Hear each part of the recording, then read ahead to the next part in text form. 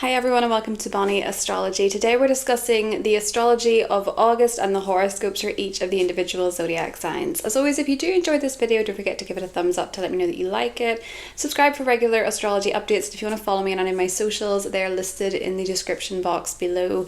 I am reopening my books in August. They have been closed, so I'll be taking bookings for September, October.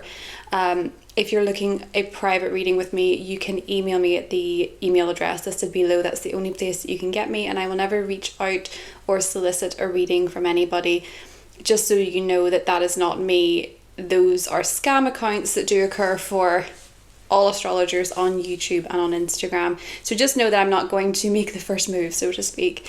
That's how to differentiate between the two. And my account on Instagram is verified as well, so it'll be easier to discern that it's me, just so that you know. But let's look at the astrology of August. It is quite a wild and chaotic month.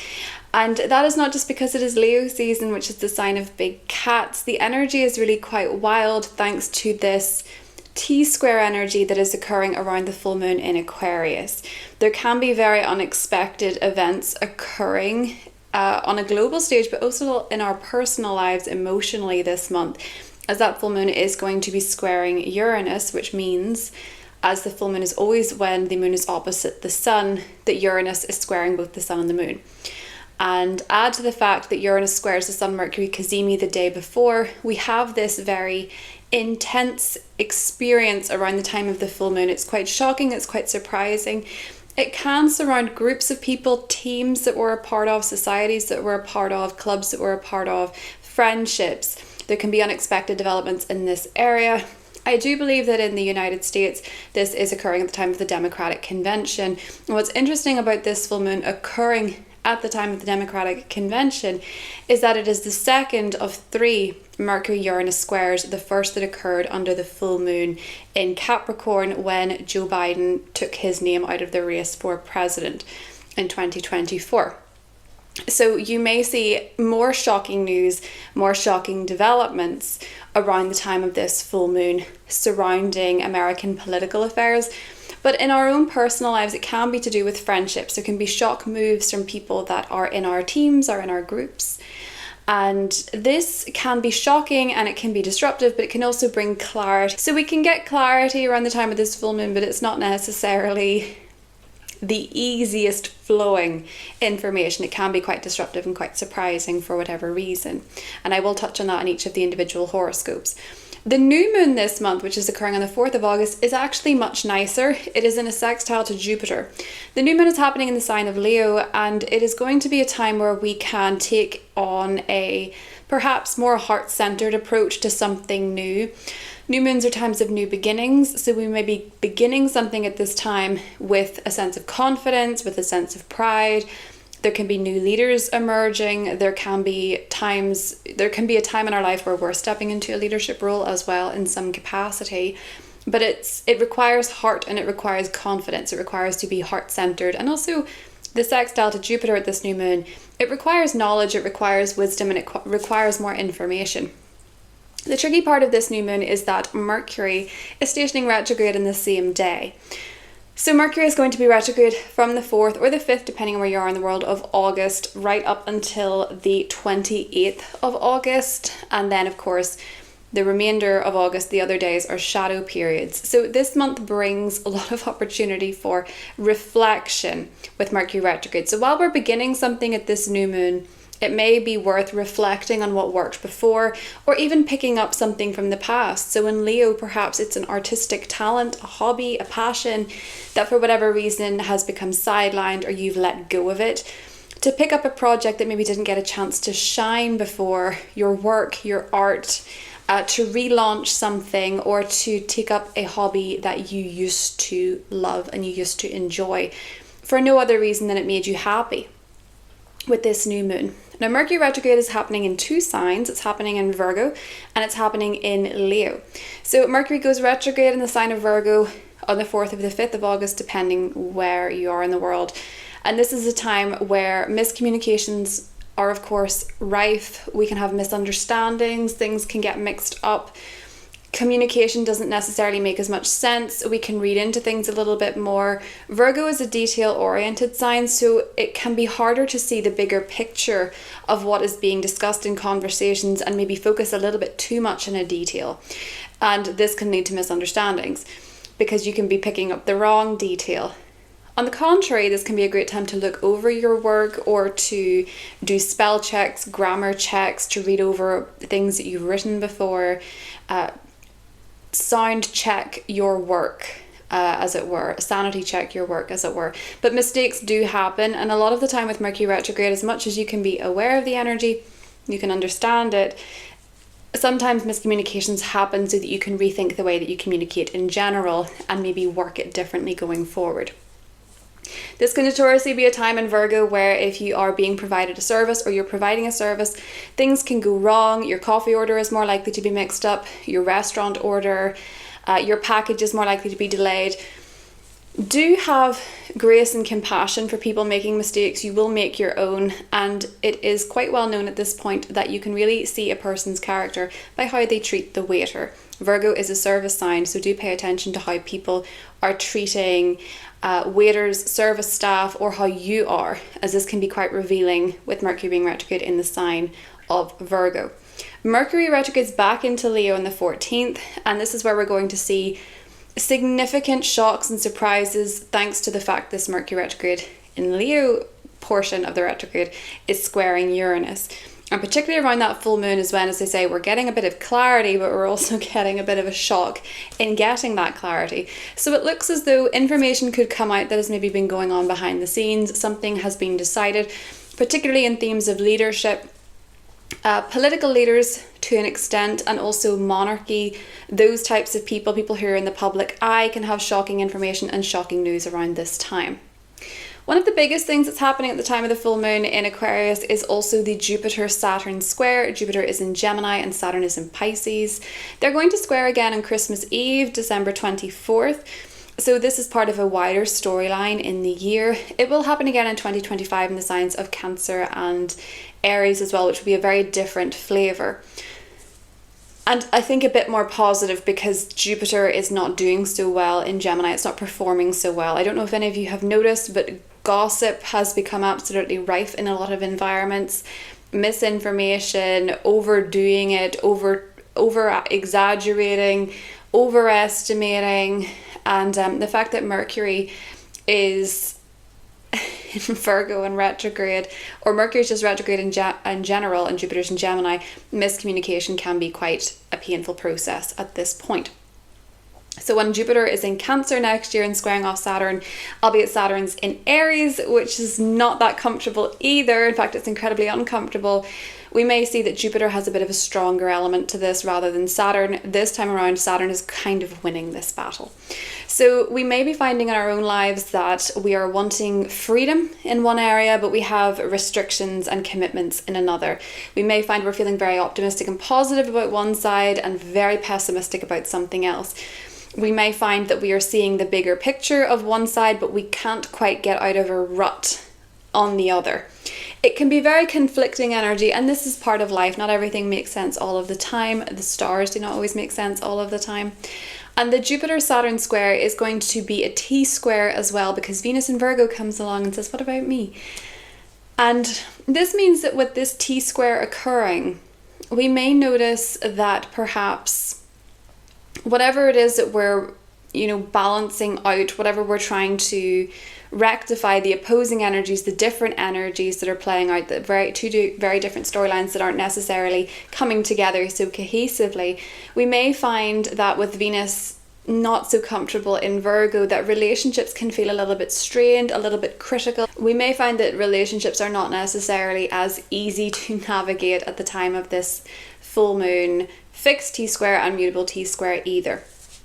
What's very interesting about T-square energy though is that there's always one sign missing. There's always one sign of the modality missing. So with the fixed T-squares are usually where people are digging their heels in, they feel more stubborn, but they also feel more dedicated and committed to making changes. The Scorpio component is missing, and this may be that the answer to the tension at this time is to transform, is to embrace change, is to have a regeneration of sorts. And with the mutable T-square, where people are a little bit more flexible and yet a little bit more prone to not necessarily focusing so well, not seeing the big picture so well. There can be a tricky lack of focus at this time. The missing sign is Sagittarius, where we would need to be, in order to rectify this or to navigate this a little bit easier, is to be optimistic, is to try and see the bigger picture, is to be excited about what is on the horizon, what could be. And again, as I say, to embrace the bigger picture, but also to embrace faith with this mutable T-square as well. Mars and Jupiter come together in the 14th, and then of course we have this Saturn square energy. So while we're feeling brave and we're feeling optimistic about one side and we want to act on that, we may need to temper it ever so slightly compared to what we would usually do. There is likely, with the Gemini energy, two sides to every story this month in a big way, and we may need to temper that a little bit, because the truth is, with information, with Jupiter being in Gemini and Saturn being in Pisces, the trick is with information, it can be over exaggerated, it can be overdone, false information can be put out there, and even when it's not false, it can be over exaggerated. Gossip can be over exaggerated. With Gemini, there's always two sides to every story, and the square to Saturn is tricky because it makes people infamously a little bit less compassionate and a little bit less in touch with their emotions, or the emotions of others. So it can be tricky in that sense. You can find that gossip is rife, you can find that information is spreading like wildfire, and it's kind of lacking a human element, it's lacking compassion, it's lacking understanding. So it's important to try where you can to embrace those qualities in your own life. With this particular month, as I say, it can be a little bit cold at times, and it can be a little bit over dramatic at times. Well, it's Leo season without a little bit of drama. The new moon is lovely though. The new moon in Leo at the beginning of the month is lovely.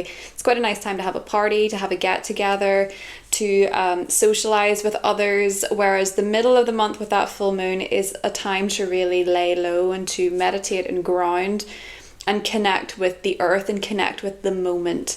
Aquarius is a sign associated with the future, so this can be where our vision of the future shifts or changes. Pluto is, of course,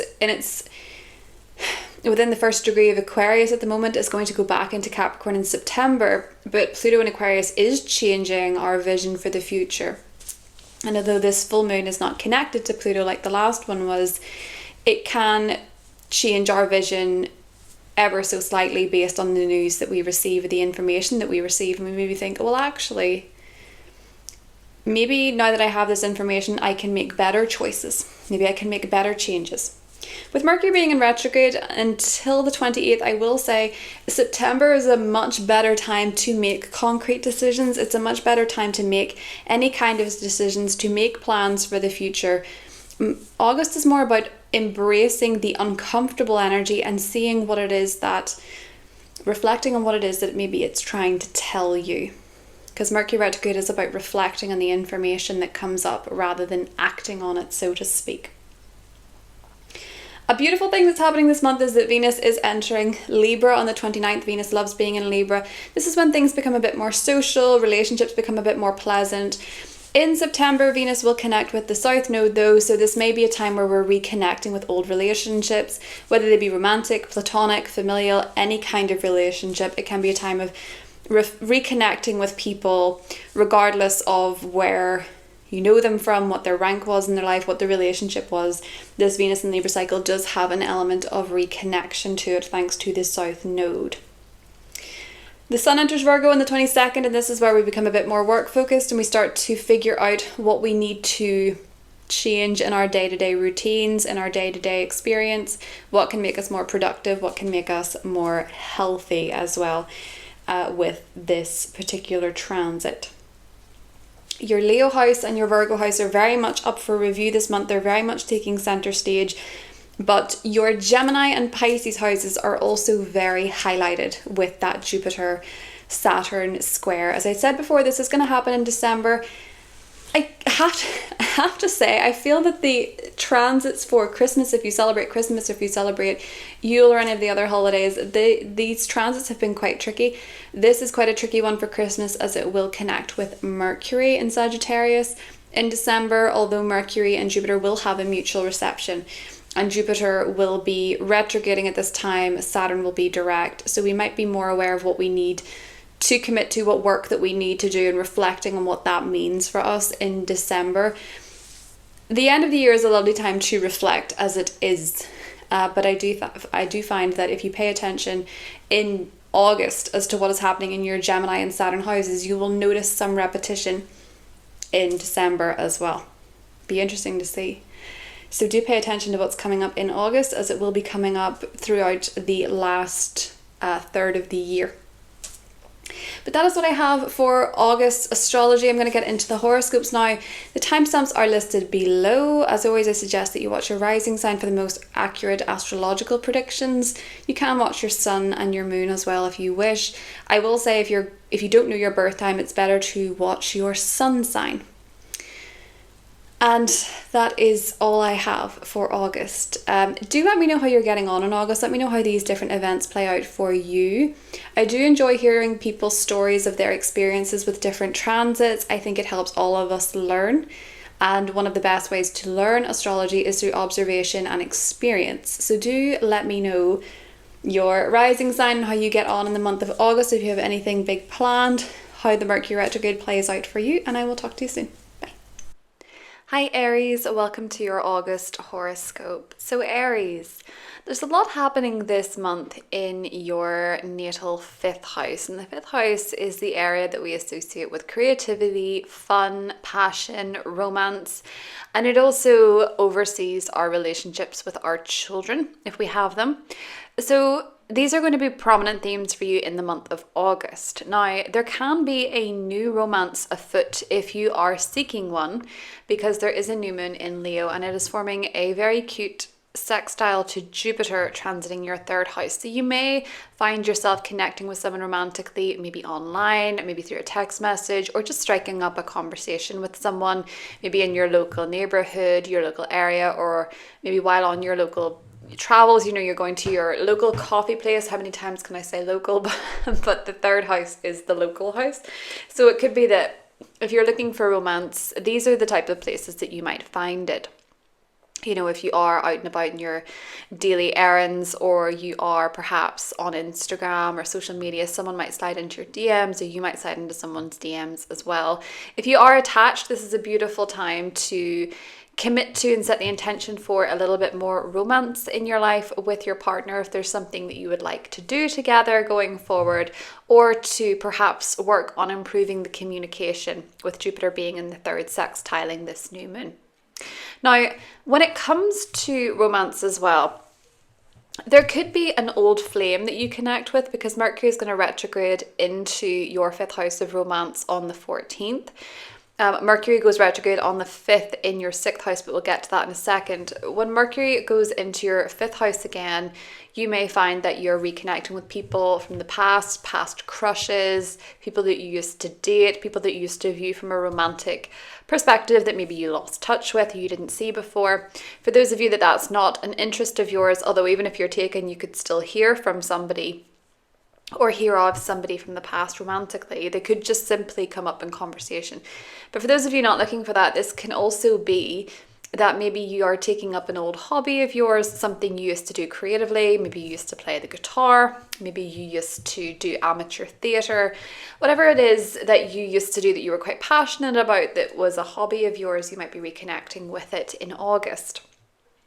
And that's probably from the 14th to the 20th is the reconnection energy with Mercury retrograde there.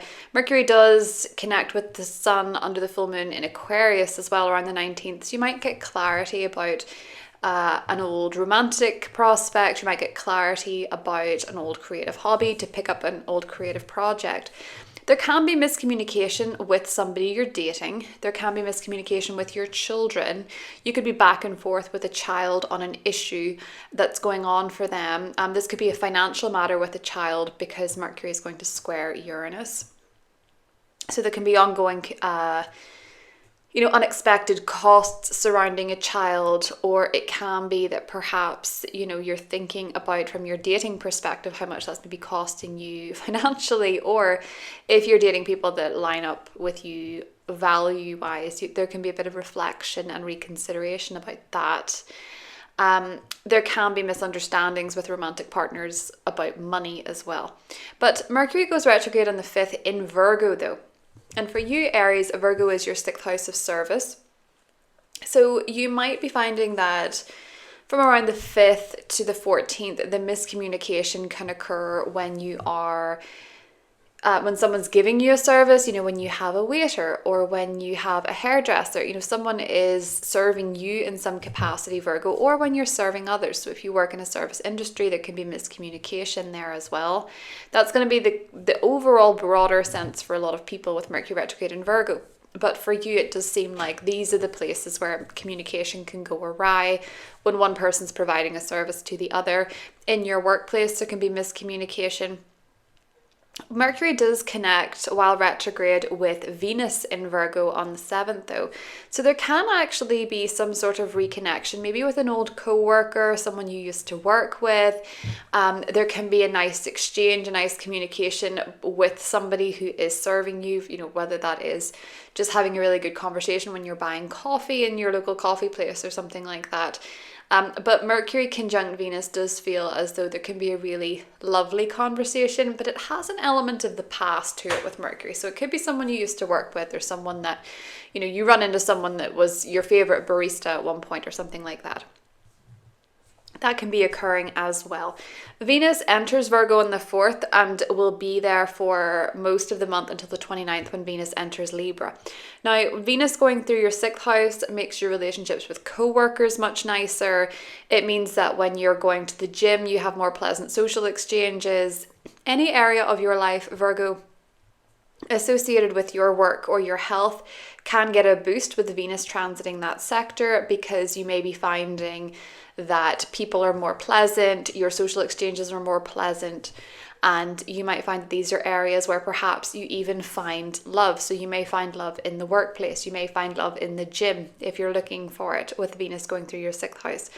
But love for you really gets a significant boost when Venus enters Libra on the 29th. Can be a wonderful time to couple up with someone, to start a relationship, to commit to a relationship. Venus rules your 7th house and it will be transiting your 7th house, and Venus loves being in Libra.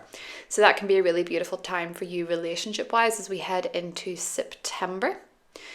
And the relationship sector of your chart can have a lot of fated experiences as we go into the autumn, fall, if you're in the northern hemisphere, spring, summer, if you're in the southern hemisphere, because we're going to be heading toward eclipse season, and there will be a solar eclipse in Libra in October. There's a full moon in your friendship sector on the 19th, and this one is particularly jam-packed with energy because it is going to be part of a T-square. So the Sun-Mercury cazimi happening on the 18th is going to oppose the full moon, and Uranus is squaring both the Sun-Mercury conjunction and the full moon. So we have this fixed T-square of energy going on. The full moon in Aquarius is going to illuminate your friendship sector. There could be something rather surprising comes out with a friend. Maybe a friend tells you something that you really weren't expecting. Maybe a friend confesses feelings to you that you weren't really expecting, because we have that Sun-Mercury cazimi in your 5th house of romance. But it looks like there's a bit of a shock going on when it comes to a group that you're a part of, when it comes to a team you're a part of, when it comes to friendships. Something surprises you, and it could really be quite a startling realization, I guess, with the full moon. The full moon tends to illuminate, it shows all, and the square to Uranus is giving this one a sense of unpredictability. It's a bit of a wild card energy, but the wild energy gives you a lot of clarity that you may actually have been a bit suspicious about, simply because Mercury has been retrograding. And when Mercury meets the Sun during the retrograde period, we tend to get clarity on an issue or clarity on a matter.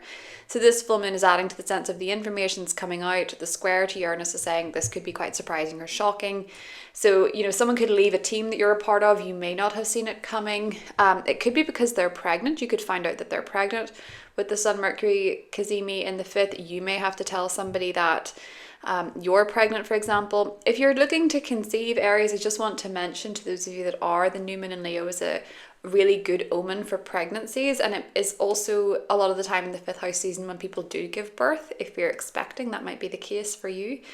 But this full moon is going to be quite a surprising one. And as I say, it's illuminating your friendship sector, your team sector, your social networking sector. This can actually also be a time where perhaps you decide that it's time to move away from a friendship, to leave a friendship, or a friend could be leaving your life. I do think there's an element of surprise here with Uranus, but because the Mercury-Uranus square is occurring under this full moon and it first occurred under the last full moon, this can be an ongoing conversation that gets some sort of clarity at this time, even if it's surprising and shocking to you. The other significant thing happening, Aries, is the fact that at the same time, we have a mutable T-square happening. Now, Jupiter is squaring Saturn on the 19th at 17 degrees of Gemini and Pisces, respectively. This is very important for this year because this is going to happen again in December. So there's an ongoing storyline here. Obviously, Saturn is in Pisces all year. Jupiter is in Gemini for the rest of the year. So we have a lot of themes occurring with this square that are probably already happening in your life. And it just so happens at the time of this T-square, well, what makes it a T-square is the fact that Venus is in Virgo and will be opposing Saturn and squaring Jupiter. So we have two T-squares going on, Aries.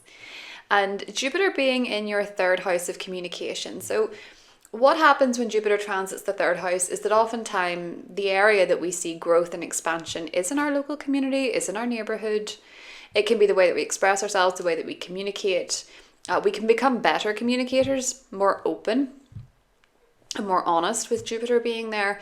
But this can also be very expansive in your relationships to siblings, to extended family, and maybe even to your neighbours, your neighbourhood. You could have positive events transpiring there with Jupiter. And maybe you're looking to be more involved in your local community. Maybe you're looking to expand your relationship with your siblings. Do you spend more time with them? Something like that. The trouble is that we have this square to Saturn transiting your 12th house, where it has been since March 2023. And Saturn going through your 12th house is a time of cleaning house with the unconscious, the subconscious. A lot of the work that people do when Saturn is going through their 12th house is behind the scenes. And that doesn't always feel, especially as an Aries placement, you would prefer to have that bit of immediate gratification. It doesn't always feel as though you're getting the recognition that you deserve. Saturn rules your 10th house. You're doing so much more work behind the scenes, career-wise especially, that people don't see. Or if you're taking a hiatus from career, as a lot of people do when Saturn goes through the 12th as well, you may be finding that this can be sometimes quite mentally draining on you or heavy on you from a mental health perspective. You may find that you want to be more involved in your local environment, your local community, but from a mental health perspective, you're having to put some restrictions in place, some boundaries in place. When Saturn goes through the 12th house, I see an awful lot of people start therapy that have never been before. It oftentimes tends to be when we start to realize that there are some things from the past that we've not dealt with, we've not addressed, and we start to look at them. And it can be very hard work, because that can be very challenging work as well. So you might be finding that you're wanting to be more involved in your neighborhood, you're wanting to expand, but from a mental health perspective, you have to slow down. You have to say, okay, well, actually, I can't talk about this right now. I can't go to this meeting. I can't go to this event. Or if you're trying to spend more time with your siblings, you might be finding, I'm actually a bit tired. So if it's okay, I don't think I can do this today, especially if you're helping them with something work-wise. Venus being in the 6th house is all about your work, your health, your well-being, and the services that you provide. Venus squaring Jupiter in your 3rd house, you might have a lot to say, you might overpromise, you might you might be saying a lot and then sort of feel very tired, and you can't quite come through when it comes to your work service, or when it comes to going to the gym or health. Maybe you have, someone wants to go to the gym with you and you have to say, well, actually, I'm not feeling so good today from this perspective. It's a lot of conflicting energy going on at this time with these two T squares at once. What I will say is that oftentimes when we have a T square, the energy to harmonize it, or the energy that we need to incorporate, is the missing fourth sign. So with this mutable T square, the sign that is missing is Sagittarius. Sagittarius is in your 9th house. You may want to approach whatever is going on for you with optimism, with hope, and to try and see the bigger picture. With the fixed T square, the missing energy is Scorpio, and that's where you're going to need to be willing to transform and let go when it comes to perhaps a friendship matter, a group matter, a team matter. And then with you trying to balance perhaps what's going on in your neighborhood, or a mental health issue, with it being Sagittarius, as I say, seeing the bigger picture and trying to see things from more of a bird's eye perspective may be more helpful than honing in the details, Aries. The sun is going to enter your 6th house on the 22nd, and this is going to be a time when you're very work focused. You're very focused on your health. You're very focused on your well-being. You want to go to the gym. You want to go for that run. You want to get organized. You want to do it perfectly. You want to lay out your gym clothes the night before you go in the morning, that kind of thing. This is when you start to really focus on things like drinking lemon water, going to the gym, getting your steps up, eating well. When the sun goes through your 6th house, you can have more energy for these things. Aries. So that is your horoscope. One thing I just wanted to mention before I do go is that Mars, excuse me, my voice is going. Mars, your ruler, is going through your 4th house for the whole of the month. And your 3rd house, for the whole of the month. Mars going through your 3rd house can give you a bit of a sharper tongue. You can be more direct in your speech, which is not a bad thing. You can have more energy for communication, more energy to make that phone call, send that message, book that, whatever. It is going to come into a square with Saturn in your 12th house in the 16th.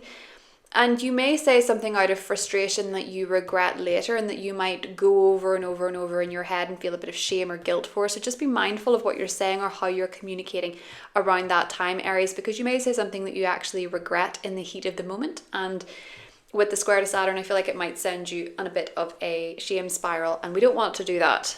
With Mars squaring Saturn, it's a good time to sort of slow down on the 16th and start to, reflect on what's going on with you, reflect on why you're thinking a certain way, and what is inspiring you to act mentally. Is it coming from, with Mars being in Gemini, there's the duality here. Is it the devil on your shoulder? Is it the angel on your shoulder? What is inspiring you to act at this time? Another date that I really like for you is the 14th, because Mars, your ruler, is going to be conjunct Jupiter in your 3rd house. You might have some really wonderful ideas, and you might find that you have a light bulb moment, you have clarity, you have an idea that you feel brave enough to act on, you feel you have the courage to act on it. And it might also be a time when a sibling shares with you maybe some good news about something that they've done, or it might be something happening in your local neighborhood that's a lot of fun that you want to get involved in. Aries. That's what I have for you. I hope you have a beautiful month, and I'll talk to you soon. Hi Taurus, welcome to August. Hope you're doing really well. So Taurus, there's quite a bit of focus on your home life this month. We have this lovely new moon in your 4th house on the 4th of August, and it is going to be in a sextile with Jupiter in your 2nd house. So there can be a new beginning when it comes to your home. There can be a new beginning when it comes to your family. And it feels like this might be motivated by some financial growth that you're experiencing. So for some of you, Jupiter going through your 2nd house can be expanding your finances, can be expanding your fortune. You could be earning more money. It can be a case that if you're earning more money, perhaps with this new moon, you're thinking, I want to buy a property, I want to invest in a property, or I want to renovate or upscale, or it's a Leo energy, so make your house a little bit grander, make your living space a little bit grander. This can be small, it doesn't have to be huge, it doesn't have to be as big as buying a house. For some of you it could be, depending on your chart, but I think for a lot of you this can just be making additions, adding things to the home. It can be improving the home because of perhaps financial growth, or it can just be that you're wanting to make your space a little bit brighter or livelier with these energies at play. It can also be that there's a new beginning with a family member or within your family, and I feel like this is perhaps where you're connecting on shared values, with Jupiter being in the second house. So that can be where it's nothing to do with money. You can be connecting with someone because you're sharing a similar experience or you're sharing similar values, and you could be bonding with a family member or sort of having a reset on a relationship with a family member, or change in a living situation. And what's interesting about this, Taurus, is that on the 14th, now Mercury goes retrograde in the 5th, in Virgo, which is your 5th house, but it's going to retrograde back into your 4th house on the 14th. So I'm going to cover both of these things, don't worry. But Mercury re-entering your 4th house on the 15th, there can be, of course, miscommunication with a family member. And this part of the wider Mercury retrograde experience with your 4th house is the square to Uranus in your 1st. That's being activated at the 19th. It was last activated at the full moon in Capricorn. So when it comes to perhaps communication with a family member or communication about the home, a living situation, property, there can be a bit of unexpected, shocking, surprising energy, and it can actually be coming from you, Taurus, because Uranus is in your sign. You might be wanting a bit more freedom. So for example, some of you might be saying, I don't actually want to get a mortgage. I want to rent because I want to travel around. I want to go somewhere else. I want to explore. So there could be a bit of back and forth on that. It can also be that perhaps you're finding your freedom, you're finding your sense of liberation, and this could be perhaps, maybe you're butting heads with a family member on this from time to time if you've adopted with Uranus in your sign a more bohemian lifestyle. I've seen so many Taurus risings have adopted more easygoing pack up and leave lifestyles since Uranus entered their 1st house. So you could be, wanting that freedom, you could be wanting to explore, and this could be confusing a family member, or you could actually just really feel the call to shock people, Taurus, to be rebellious, and that might surprise people in your family around the time of this Mercury retrograde. So there can be miscommunication about, what you're intending to do versus what someone else thinks you're intending to do. There could be a bit of surprise and shock value, but I do think it could be coming from you. Of course, it can be coming from family as well, but I think a lot of it is going to be coming from you, Taurus. Now, the Mercury retrograde in Virgo, this is interesting because it's going retrograde in Virgo on the 5th, meets Venus on the 7th, and then is there until the 14th. Mercury retrograde in your 5th house can be a time where you hear from or you hear of a previous or past romantic prospect, romantic interest. It can be someone you dated or someone that you had a crush on. You can hear from someone from the past romantically, Taurus, or you could be communicating with someone from the past romantically, particularly around the 7th. So this doesn't necessarily indicate an ex per se, but it can be someone who you maybe dated once or twice, or it never really got off the ground. You might reconnect with someone that you were romantically involved with, and I think with the Mercury-Venus conjunction on the 7th, it could be around the 7th of August that you are maybe communicating with them or they're communicating with you, and you're sort of maybe rethinking whether or not you could go back to this or not.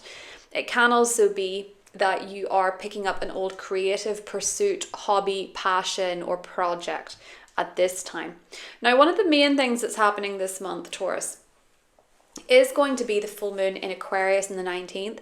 The 18th and the 19th are just such wild days for the astrological diary. The full moon is happening at 27 degrees of Aquarius. If you're a Taurus who has their fixed sign placements at 27 degrees, you might want to buckle up for this. It's quite a wild rodeo. The full moon's happening at 27 degrees of Aquarius. The full moon is always opposite the sun. But the sun's conjunct Mercury at this time. This is the Sun-Mercury Cazimi of the retrograde. And Uranus is squaring the full moon, so therefore also the sun and Mercury, which is wild fixed T-square energy. So this can be a time when people are really digging their heels in. There's some fixed attitudes, fixed beliefs. For you, Taurus, this full moon is happening in your career sector, and you may interestingly be getting some clarity on a home or a living situation, or having a conversation with family that is it's quite a light bulb moment. It's enlightening. The truth comes out. There's clarity. It could be surprising, whatever it is. The full moon is illuminating your goals, your public image, your professional life, and the square to Uranus in your first house is where maybe you're shocked at what a boss says or does around this time. Maybe you're shocked at this, because they're squares, they don't have to be bad. And this can be an unexpected event career-wise that is a bit of a breakthrough for you. But there can be a shocking event happening in your workplace or professionally. I do think it could be with a boss. I think a lot of people's bosses might surprise them with this full moon, thanks to the Leo energy. But I am getting the sense that for a lot of you, this could be perhaps unexpected, shocking, but clarifying insights into your career. Now, obviously, it's impacting your first house and your fourth as well. So you may be feeling like something changes around this full moon and it really makes a significant difference in your life. And you may be finding that your path is becoming clear, but you're maybe going in unexpected directions, Taurus. At the same time, we actually have a mutable T-square. This is part of a wider conversation. Jupiter and Saturn are in a square at 17 degrees of Gemini and Pisces. Have a little look at your chart and see if you have anything at 17 of the mutable signs. This is going to happen again in December at 14 degrees of the mutable signs, Gemini and Pisces. But for now, this Jupiter-Saturn square is having its T-square moment with Venus and Virgo as well. So there's a whole other storyline playing out at the time of this full moon as well. Jupiter has been going through your second house. And your second house is to do with your money. You're familiar with it. You're a Taurus. You rule the second house in astrology. So you do know this energy quite well. Jupiter going through the second has the ability to expand our financial sector. We can earn more money. This can also translate as saving more money or spending more money. So people can absolutely come out of this with nothing. If you're making more money, you might spend more. It's always recommended when Jupiter's going through the second to start a new savings account, because it tends to earn you more interest, or it tends to work out for you better in the long run. So you might be focusing on expanding your finances, maybe learning more about money. Some of you might also be taking a more spiritual approach to money. That can be reading books about it. It can be, say, you're reading Think and Grow Rich, or you're reading You're a Badass at Making Money, whatever it is. Jupiter tends to expand our knowledge. I'm talking very fast. I'm sorry. Jupiter is opposite my Mercury right now, and they have this mutual reception thing going on, and I've turned into a blabbermouth. Jupiter is, you're learning more and you're expanding your wisdom about your financial sector. So if you're not making more money now, there's still time. For some of you, it might be nothing to do with money. You might not be interested in that. You could be interested in learning more about your value system and why you value certain things and what your skills are and what you bring to the table, and just embracing more self-confidence as well. And developing and growing your self-esteem is another way that this can play out. So you're experiencing growth in these sectors. But the square to Saturn in your 11th house is saying, okay, who is or isn't showing up for you, and how are you showing up for or not showing up for other people, particularly in your friendship groups and your social networks and communities. Saturn going through the 11th house can be challenging because, on the one hand, there can be these periods of social isolation where you're not spending much time with anybody. It can be a time when your friends or your social network isn't necessarily coming through for you, because Saturn can be this restrictive energy. On the other hand, it can be a time when you commit to groups or teams or friendships that are lifelong. That can also be a case with Saturn going through the 11th house. Now, for a lot of you Taurus, this could be realizing at this particular time, perhaps you and your friends don't align value-wise, or perhaps you feel like they're not giving enough or they're not helpful enough. It can be that perhaps some friendships you're realizing are bad for your self-esteem and bad for your confidence, or it can be the groups that you're a part of, or it can be that you really, you're figuring what you want to commit to. socially that has longevity or not. So you might realize whether or not you're running in the right circles, or your social groups are steady and sturdy with Saturn going through your 11th house. Now with Jupiter going through the second, I feel like perhaps it's the increase in confidence that's making you realize you have to leave some groups behind, or maybe it's you're realizing that a particular, charity that you were working for is actually, not financially as clean as they maybe say, or something like that. That's just a really obscure example with 11th and second house energy. But I think with this particular square, it's the growth you're doing financially and in terms of your self-esteem, and the restrictions you're noticing from your friendships and your social networks, they're not aligning, basically. So some friendships might end, and you might also decide to leave behind some groups. And as I say, just remember with Saturn being there, that in a lot of cases, the friendships that come out of this are solid, they're dependable, they're real. It can also be that you're getting very serious about your future and your future aspirations, Taurus, and you're figuring out how to invest in that, or you're considering your financial spending habits and how that's aligning with your future. Now, Venus is going to be in your 5th house at this time, so it can be a case where, if you're looking to go out on a date with somebody for whatever reason around this time, maybe something's happening at work or career and you're having to pull back, or it can be that you're noticing how your growth and confidence is maybe making you rethink a certain relationship in your life, be it a friendship or be it romantic. You're sort of looking at the bigger picture and saying, is this good for my self-esteem? Is this good for my self-confidence, my self-worth, etc.? Venus is in your 5th house for most of the month. At least from the 4th until the 29th, you have a lot of romantic interests, you have a lot of creativity, a lot of opportunities for fun, passion, pleasure, joy. And if you have children, better times with your children as well. Venus does enter your 6th house on the 29th, and that's when you get, more joy and you get more pleasure out of things like going to the gym, doing a good job, having a good time with your co-workers, having better relationships with your co-workers, or people in the service industry, getting on with people that are serving you your coffee, cutting your hair, that kind of thing, with Venus being there, or doing your makeup, or whoever is giving you a service at this time, or whoever you're giving a service to with the 6th house, it might be more enjoyable for you.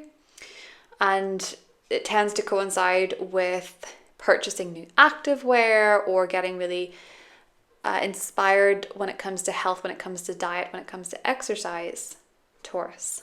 The Sun enters your 5th house on the 22nd, which is adding more to the fun, dating, romance, creativity, pleasure. The arts are all going to be your main focus from the 22nd into September. Mercury goes direct in your 4th house on the 28th, which is a time, of course, where communication starts to become a bit more clear with family, with property matters, with home and living situations, Taurus. Mars is going to be in your 2nd house all month, which means that you're more driven to make money, you're more driven to expand your finances, you're more active in the pursuit of financial abundance, particularly around the 14th when Mars is conjunct Jupiter. You might be taking big steps towards making more money, you might be taking action towards your money. I will say on the 16th, you may butt heads with a friend when it comes to a financial situation. Maybe don't lend anybody any money around this time, because it could end up not coming back to you, or being quite a frustrating affair, or very tricky for the friendship. I would say this is not the month to be borrowing or lending money to friendships in general, Taurus, with that Gemini Pisces square. That is what I have for you. I hope you have a great month, and I'll talk to you soon. Hi Gemini, welcome to August. So Gemini, this is quite a month for you, because your ruling planet Mercury is going to go retrograde through 2 signs, and as well as that, Mars is going through your 1st house all month and is going to connect with Jupiter in your sign on the 14th, and Jupiter in your sign is going to get into its first of 2 squares to Saturn in your 10th house, Pisces. So Gemini, there is a lot going on this month. I'm actually going to start with you with Mercury retrograde. So Mercury, because it's your chart ruler, is very impactful for you. Mercury is going to go retrograde in your 4th house on the 5th. So Mercury goes retrograde in Virgo on the 5th. That is your 4th house of home, family, property matters. And it's going to retrograde through Virgo until the 14th when it re-enters your 3rd house. But Mercury, while retrograde in your 4th, is also going to conjunct Venus. So let me go in order because that might sound a little bit confusing. And confusing is an energy of some of this month. But Mercury going retrograde in your 4th house.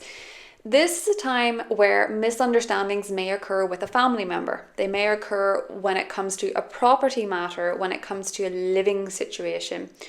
And with the conjunction to Venus on the 7th, you may actually have a conversation with a family member or surrounding a property matter that could be quite positive with the conjunction to Venus.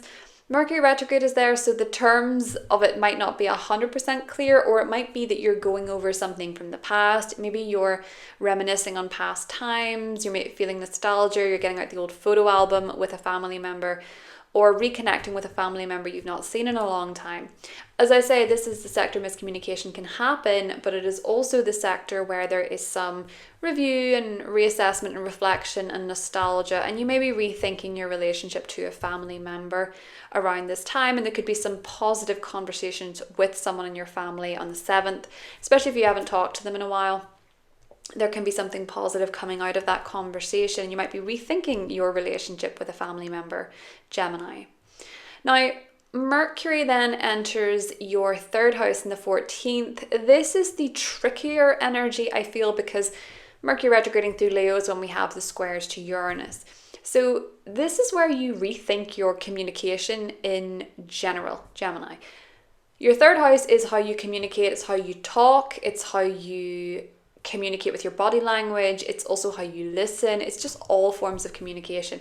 This might be a time when your gadgets are playing up as well, your phone's not working, it's glitching, your computer, you forget your password, you get locked out of the system, you might be having car trouble at this time, there can be back and forth with a mechanic, and it could have some hidden expenses with Uranus being in the 12th house, squaring Mercury in your 3rd house, particularly around the full moon on the 19th. So the full moon on the 19th is a moment of clarity during the Mercury retrograde. So you might get clarity on a device that's not working, on a gadget, on a car. You might get clarity on a communication issue because the Sun and Mercury have their cazimi on the 18th, the day before the full moon. But there's the square to Uranus, so it's a bit surprising, it's a bit shocking. Something might come out of nowhere for you, Gemini, in terms of information. You know, Uranus is in the 12th. This could be a hidden secret comes out that surprises you, something you didn't know, something you didn't foresee when it comes to the clarity that you're getting. Everybody's getting clarity that day, but it's kind of shocking or surprising. It's a bit of a wild card energy.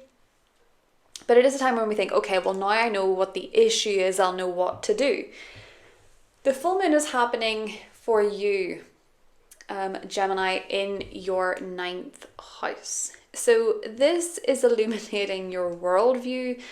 This could highlight traveling, this could highlight your education, this could highlight your perspectives of the world, your worldview, your philosophy, your religion, this type of thing. There could be shocking insights come in for you. You know, with Uranus going through the 12th house, you can really have some shakeups on a subconscious level, unconscious level.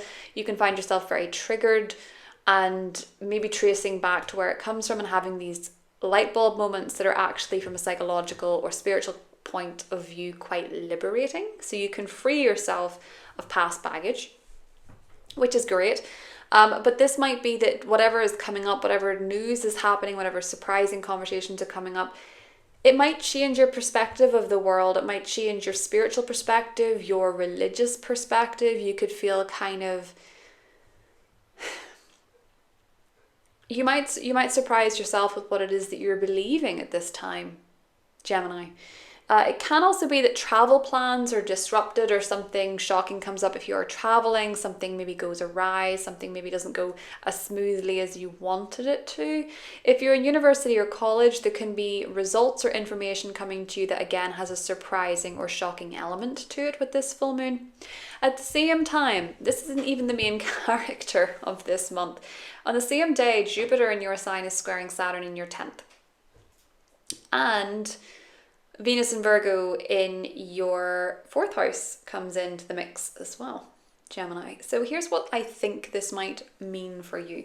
Jupiter going through your sign, it tends to make you more optimistic, it tends to make you more hopeful, more joyous. You're growing on a personal level, you're wanting to expand your mind, you're wanting to enjoy life more, to be adventurous, to be carefree, and to perhaps, you know, explore a little bit, find your freedom, find what makes you, what you believe in, find your faith. The square to Saturn is saying, that's cool. Oh my gosh, a bird just hit the window and flew away. Oh, scared me. Saturn might say, there was a bird at your window. Saturn might say, I wonder, did you hear that? Saturn might say, no, you've got restrictions at work. You have career restrictions. You have responsibilities, you have accountability to a boss or to an authority figure. What's interesting about this one is that I feel though that perhaps you're looking to grow, you're looking to expand, you're looking to maybe collaborate with somebody else too, as Jupiter rules your 7th. You're maybe looking to expand through a partnership, expand through a relationship, but there's something about work where you're having to be more accountable, you're having to be more responsible. A boss may be stepping down for you. That's entirely possible when, you know, there's an eclipse coming up in September, a month away, in your 10th house, and a boss could be stepping down, a boss could be leaving, an authority figure could be leading, there could be a role up for grabs, and you might be thinking, I want to take this, I can do this, but you're seeing that there's some restrictions and responsibilities come through this that might take you away from your personal development, they might take you away from your marriage, they might take you away from your relationship more, because you're having to stand up and be more accountable and be more responsible. Venus is in your 4th house, which could as well mean that perhaps there's family that wants to check in with you and wants to see you, or, you know, you had a home renovation project, you were decorating your home, and now there's something going on at work and you're thinking, okay, how am I going to balance all of this? How am I going to balance all of these different things? Why does it feel like everything's happening at once? It just is. But I do think for a lot of you, September especially, as we're leading toward it, you're being called to take up more space career-wise in a way. You know, Saturn is restrictive, but it does make us more accountable and more responsible. For you, it's in your career. As I say, you're looking to develop and grow and you're feeling optimistic and hopeful, but there are reasons you maybe need to tone it down a little bit, I guess, with this T-square, Gemini. But it feels like for a lot of you that you're perhaps realizing that as much as you want to grow and develop and you have this confidence, there are commitments and there are responsibilities. You know, with great power comes great responsibility, that kind of thing with this T-square energy. This is going to happen again in December, so this energy is not going to be going away anytime soon.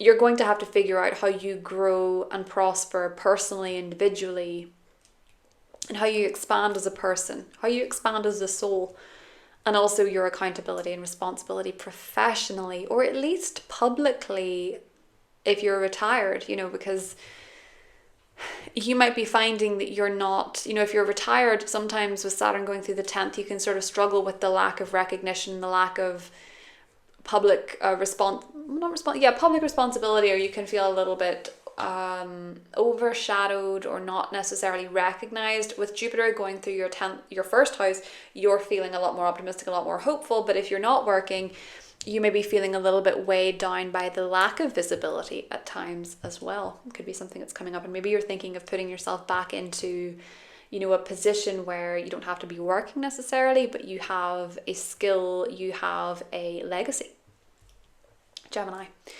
So the sun enters your 4th house on the 22nd. That's kind of where your energy goes. You're focused more on your home, on your family. You're focused more on your living situation. And it's a good time to recharge because, as I say, there will be a full moon lunar eclipse in your 10th in September. Career-wise, over the next couple of months, Gemini, there are going to be changes, whether that's your own or whether that is a boss or authority figure. Mercury goes direct in your 3rd house on the 28th, and you might find it's a lot easier to travel, it's a lot easier to get about, to commute, to communicate. Venus enters your 5th house on the 29th. This is going to bring a beautiful energy to your love life, to your romantic life, to your creative life, just to having fun socially, fun social events. There's my cat. Fun social events, fun social activities. Gemini can be coming up when Venus goes through your 5th house. We're also experiencing, as I said before, Mars in your 1st house all month. You've got the energy, you've got the drive, you've got the courage, you've got the bravery. You may be feeling unstoppable, particularly on the 14th when it connects with Jupiter in your sign. Yes, hello. I think my cat is a Gemini actually, so that's why I think she's meowing. Mars is in your sign all month. The connection to Jupiter means you might over-deliver or over-promise though, so be careful of that, because your energy might hit a wall around the 16th, particularly when it comes to career matters, when it comes to work. You might be feeling a bit frustrated and like things aren't necessarily moving on the 16th, but they'll move a couple of days later. There'll probably be some significant developments with the T-square energies happening. There's going to be a lot going on. A lot of surprising energy, surprising news, surprising communications. The thing about T-squares that I will mention, Gemini, is that oftentimes what we are looking for is the 4th leg of the table. So in one case with the Jupiter and Gemini square Saturn and Pisces, opposite Venus and Virgo, what we're missing there is Sagittarius. Sagittarius is your sector of partnerships and relationships. Maybe if whatever's going on, consult with your partner, consult with your best friend, consult with your business partner, look to them for advice or some sort of counsel as to whatever's going on at this time. For the full moon in Aquarius, T-square with Sun, Mercury squaring Uranus, it's the Scorpio part of your chart, which is your health, which is your routines. Fall back on your routines, on wellness, on hitting the gym, on working out, on the work that you do, the services that you provide to guide you at that time. That's what I have for you, Gemini, and I'll talk to you soon. Hi, Cancer. Welcome to August. So, Cancer, there's a good bit of focus happening this month for you financially. And this may be a month that brings financial new beginnings, a new chapter, a new approach, but it does also leave some room for reflection and reconsideration when it comes to your money, when it comes to what you're making, how you're making it, how you're spending it, etc. So let's start with the new moon in Leo, which is your natal 2nd house on the 4th of August. New moons are always new beginnings. It does happen to be the day that Mercury stations retrograde, so there's a sense of contemplation, meditation, reflection going on with this. But it could be for a lot of you a new start financially. There could be new money coming to you, perhaps from something you've been working on behind the scenes with Jupiter going through your 12th house, supporting this new moon. It could be that you've been expanding your knowledge spiritually. If you're in a spiritual profession, this could be that perhaps you're bringing a new spiritual service to your career. Just an example from maybe one or two of you. But I feel like for a lot of you, Cancer, this is a new moon where even if your financial situation is not changing, you could be setting intentions when it comes to your finances. You could be doing money manifestations. You could be setting an intention for, maybe you want to find a new job and you want it to pay a certain amount. It could be that you're starting a new savings account at this time, which would be very positive for you.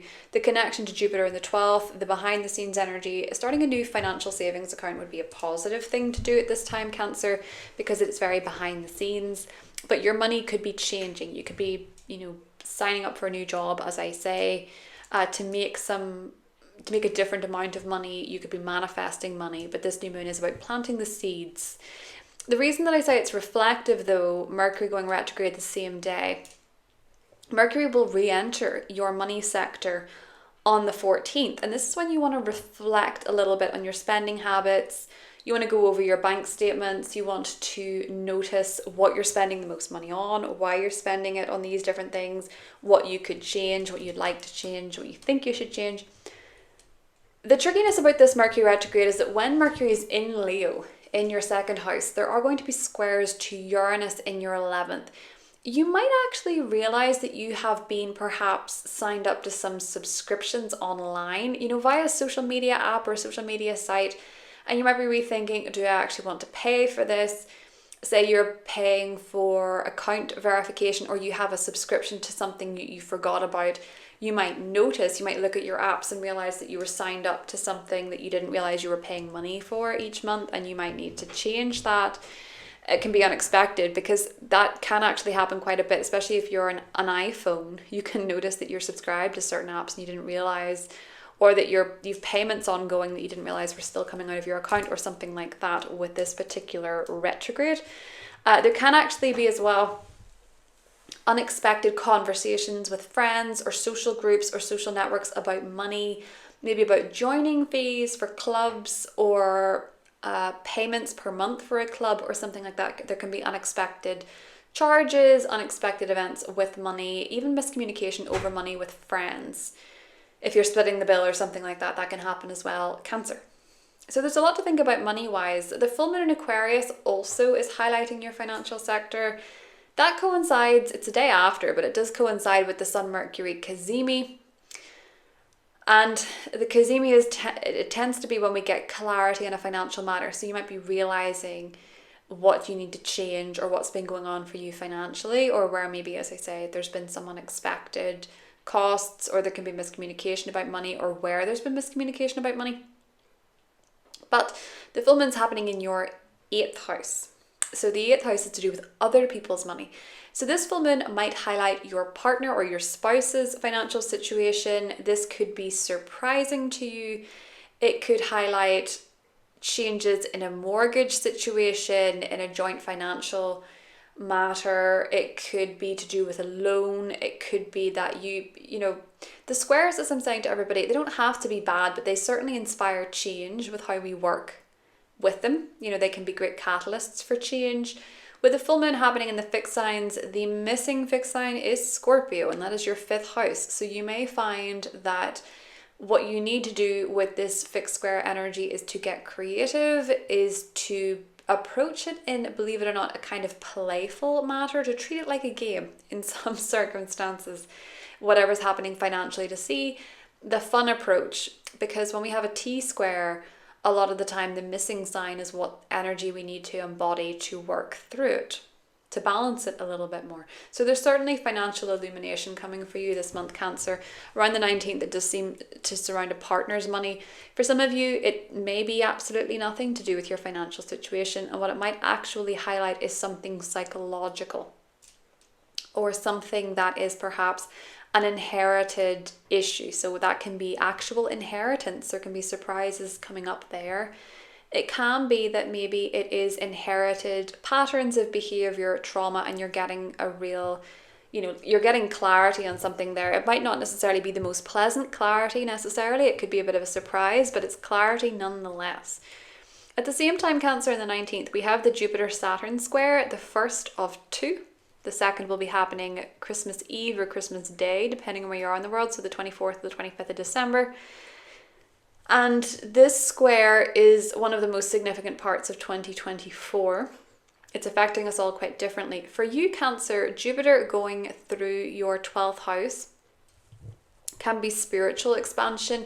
It can also be learning what you need to learn in order to heal. So that can be getting a great mentor to help you work through anything in your subconscious, your unconscious, that needs to be addressed, processed, that type of thing. It can be where you're expanding your knowledge privately behind the scenes, learning more about spiritual topics, learning more about healing, and our connection to the collective consciousness with Jupiter going through the 12th. Oftentimes, I've noticed when Jupiter transits someone's 12th house, they can really enjoy being alone and spending time alone to contemplate. It's like they get their best spiritual downloads when they're alone. And it can also be a time when they really grow and learn more about healing, more about the unconscious, the subconscious mind. So it can be a lot of growth and knowledge surrounding mental health, surrounding spiritual well-being. So that's where you've been growing. the square to Saturn in your 9th house is really quite contradictory, because on one hand you're growing your knowledge of the unconscious, you're learning so much behind the scenes, you're expanding your inner world, you're expanding your in your dream world. Your dreams might be quite vivid as well. But the square to Saturn in your 9th is where you're maybe feeling a bit, from a religious, from a spiritual perspective, quite skeptical at times. And that can be wonderful, because it's great to have a healthy degree of skepticism or logic or practical grounded energy when you're working with spiritual energy or intuitive psychic energy with Jupiter in the 12th. So you've kind of got this confusing paradox going on here, Cancer, whereby with Saturn in the 9th house, you could be perhaps feeling a little bit low on faith with the universe. Now, one way that this also works out is that Saturn in the 9th house can be where you're committing to university, to college, to a master's degree. Whenever Saturn was going through my 9th house, I remember that it coincided quite perfectly with my university experience and doing a master's degree. So a lot of my commitments and my responsibilities at that time were to university, they were to exams, they were to learning, and there were a lot of very tough moments with that. So for some of you, it could be that you're in college or you're in university or you're studying something to get a certificate, a diploma, and this might be taking you away from your alone time. You know, you could be very committed to your studies. Some of you could be traveling more. You might have to commit to traveling more, maybe a long distance relationship for some of you. And you're finding that you are learning so much alone, you're enjoying being alone, you're enjoying traveling being alone with Jupiter in the 12th house, and you're maybe trying to remedy these parts together. Or you're maybe trying to expand your spiritual perspectives while feeling a little bit limited, maybe by religious conditioning or whatever it is that you're studying. Now, say for some of you, you're studying a science degree and you're learning, for example, about evolution, but then some of you are also at the same time having these spiritual experiences that are confusing you. It's just one way that it can play out. It can be hard to remedy those two with the square, but it can be done. It's how you make space for both and you allow one to grow and expand while remaining tempered and committed in the other. And you're not overdoing one and then you're not over limiting the other. It's tricky energy to navigate for all of us, but it can be done. The energy of Venus in Virgo at the same time is going to be quite interesting, Cancer, because this is in your social 11th house. And it's saying that there might be your friends might want to see you. There might be social events going on, but maybe you have to study. Maybe you have to pull an all-nighter to study for an exam or something like that. That can be happening around the time of this full moon as well with that Jupiter-Saturn square. The Sun enters your 11th house on the 22nd. Very social, good time to socialize, good time to socialize, to get out there, to see your friends, to mingle.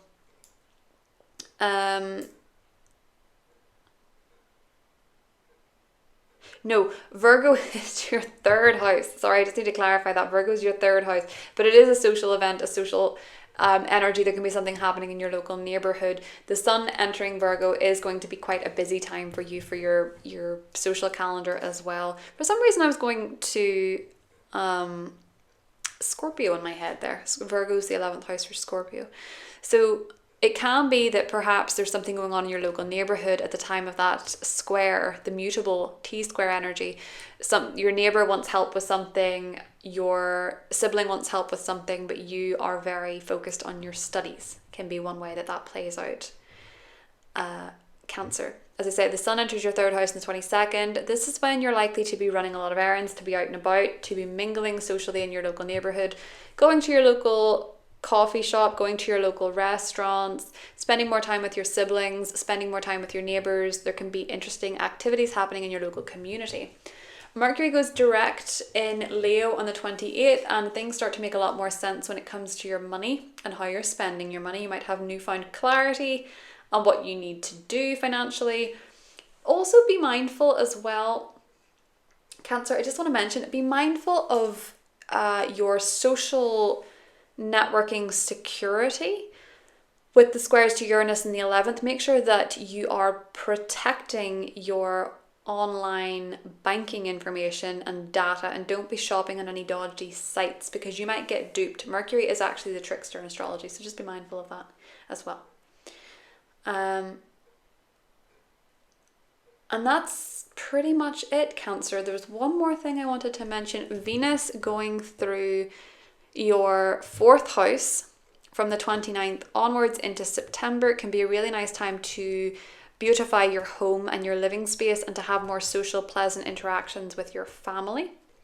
But the Gemini energy, I wanted to mention, your 12th house, you might want to take action on an unconscious or subconscious issue. So obviously it's not unconscious if you know that it's there, but you might be working towards resolving something that's going on for you from a mental health perspective on the 14th. You might be taking action on it. You might be learning more about it in order to tackle it. But I will say on the 16th, the Mars-Saturn square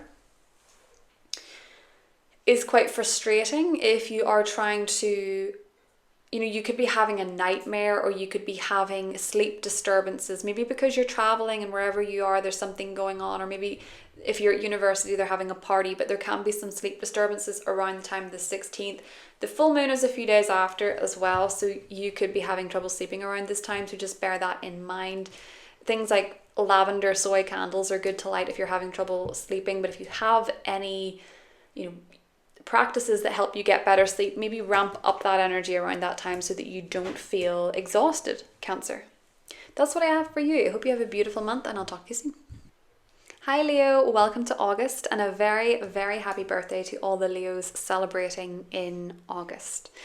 So Leo, this is really quite a month for you. It is quite a month for the fixed signs. There's one hell of a full moon happening on the 19th that is incredibly interesting, and we will get to that in a second. I want to start though with your new moon because it's lovely. There's a lovely new moon in Leo on the 4th of August, and it is going to be in a sextile with Jupiter. And we love having trines and sextiles to Jupiter because it can add this beautiful opportunity for expansion and growth and knowledge and wisdom and luck and blessings. And that's what you want for your new moon. So this new moon is happening in your 1st house. And you may find, Leo, that with the new moon in your 1st house, you're wanting to change your image. You're wanting to improve your image. You're maybe wanting to buy some new clothes, get a haircut, try some new hair care products. There's a lot of emphasis on hair with Leo because of that mane that the lion has.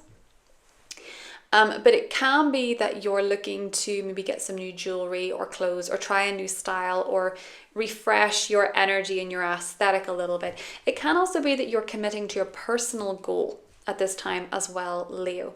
Now, the sextile to Jupiter in your 11th house means that you may be debuting a new look socially at a social event. Your social calendar could be busy. You could be attending a networking event or a party, and there could be a lot of opportunities with this new moon to socialize and connect with your friends. Or you could be getting new clothes or new styles because of a friend or a social connection with this new moon. It does feel like whatever is going on for you aesthetically or personally, you're feeling very inspired and you're feeling very hopeful. And I think your friends and your social communities are supporting you in whatever new endeavour that you're beginning around the 4th of August. Leo. The same day, Venus leaves your sign and enters your 2nd house. It's going to be there till the 29th, and this is going to be a positive time when it comes to your money situation. It might be easier for you to attract money, to attract gifts, and to attract abundance into your life, Leo. Now, the Mercury retrograde is very significant for you. Oops, I dropped my pen. It's very significant for you, and it is very significant for Virgo because it's happening in your signs. So Mercury goes retrograde in your 2nd house of finances on the 5th and connects with Venus in that same sign, Virgo, on the 7th. That's quite positive for a conversation about your money, about your finances. You might be reflecting on what you're charging for your services. You might be reflecting on how you're making money, how you're attracting money. You might be reflecting on what you're spending your money on, and you might be more inclined to perhaps be a little bit more frugal or be a little bit more careful or particular about what you're spending your money on if you feel like it is not, if you're not experiencing it growing, if you're not feeling abundant, I guess is the word. Venus is not necessarily so happy in Virgo, which is why I'm getting more of a frugal energy for you, where you're reflecting on your finances and saying, maybe you don't need to spend money on this, maybe you don't need to spend money on that, or maybe I could save here. You know, Mercury retrograde in your financial sector is often a time when you reflect on your money. It's a good time to go through your bank statements, check your receipts, your invoices. Money that you are owed may also come back to you at this time too. Now Mercury re-enters your sign on the 14th, and this is kind of where it gets a bit tricky, because Mercury, while retrograde in Leo, is going to be squaring Uranus in your 10th house. So Mercury retrograde in your sign, you're really reflecting on who you are, what you bring to the table, your personality, your style. When Mercury is retrograde in your sign, it's not always the easiest to speak up for yourself or to say what you mean, to say what your intentions are, because it's very much coming from you. So you're reflecting on this particular area and you're saying, okay, well, how do I communicate? How do I speak up for myself? What am I saying? What am I not saying? The square to Uranus comes in around the time of the Sun-Mercury cazimi. And the Sun-Mercury cazimi is when you get clarity. That's happening on the 18th. It happens to coincide with the full moon the next day. I'll get to that in a second. You're thinking about how you communicate and how you speak up for yourself. The square to Uranus in your 10th means that there can be at this time unexpected communication coming from someone you work with, someone you work for in the workplace. This communication can be frustrating. There can be room for miscommunication with Mercury being retrograde. I feel like if there is tricky, tense and frustrating communication with someone you work with or surrounding a work matter, Leo, you're getting clarity around the full moon. And this might also change your viewpoint of a particular relationship, whether that be a working relationship, whether that be a romantic relationship, a friendship. Your relationships are illuminated because of the full moon in Aquarius. So the full moon in Aquarius is putting the spotlight onto your partnerships, onto your relationships, romantic or business, or close relationships in general. And there could be some surprises afoot with the square. So you might learn something about a partnership or relationship in your life that you did not expect. It could be about their career plans. It could be about their goals. Some of you might actually learn something. You know, if you're dating somebody who's maybe well known, maybe you see something about them on the news that you didn't know. It's just with Uranus being in the mix there, anything could happen. So I'm just giving an abstract example. But it could be that you're getting clarity about a relationship. With Mercury being retrograde, maybe an ex relationship, maybe your relationship life in general, you're having clarity. It might not be pleasant. So it might be that you're noticing, you realize a pattern of relationships that's played out in your life and you think, oh grief, what have I done? Why have I done it this way? Or it might be frustrating to learn it, but you're getting clarity and now you can do things differently. It can also be that a partner absolutely surprises you. They do something shocking, something you didn't expect whatsoever. With this full moon being square Uranus, I think a lot of you, particularly Leo risings, do tend to choose partners where, because you have an Aquarius 7th house, you never quite know what they're going to say next. And then they come out with something and you think, I didn't see that coming. This can be that time when they're saying stuff and you're thinking, I did not expect that. It can also be a time when maybe, something you say perhaps is what inspires a partner to tell you something, or you learn something about them.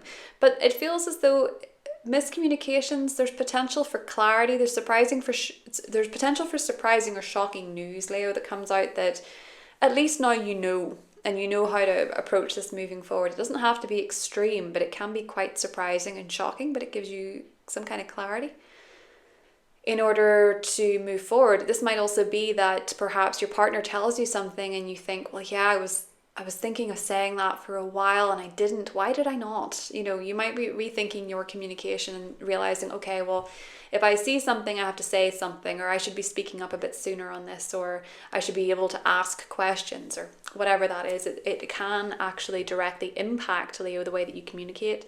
You can also be giving or receiving surprising news at this time, maybe about career. It could be that somebody in the workplace is coming into the spotlight at this time and doing something that surprises you as well.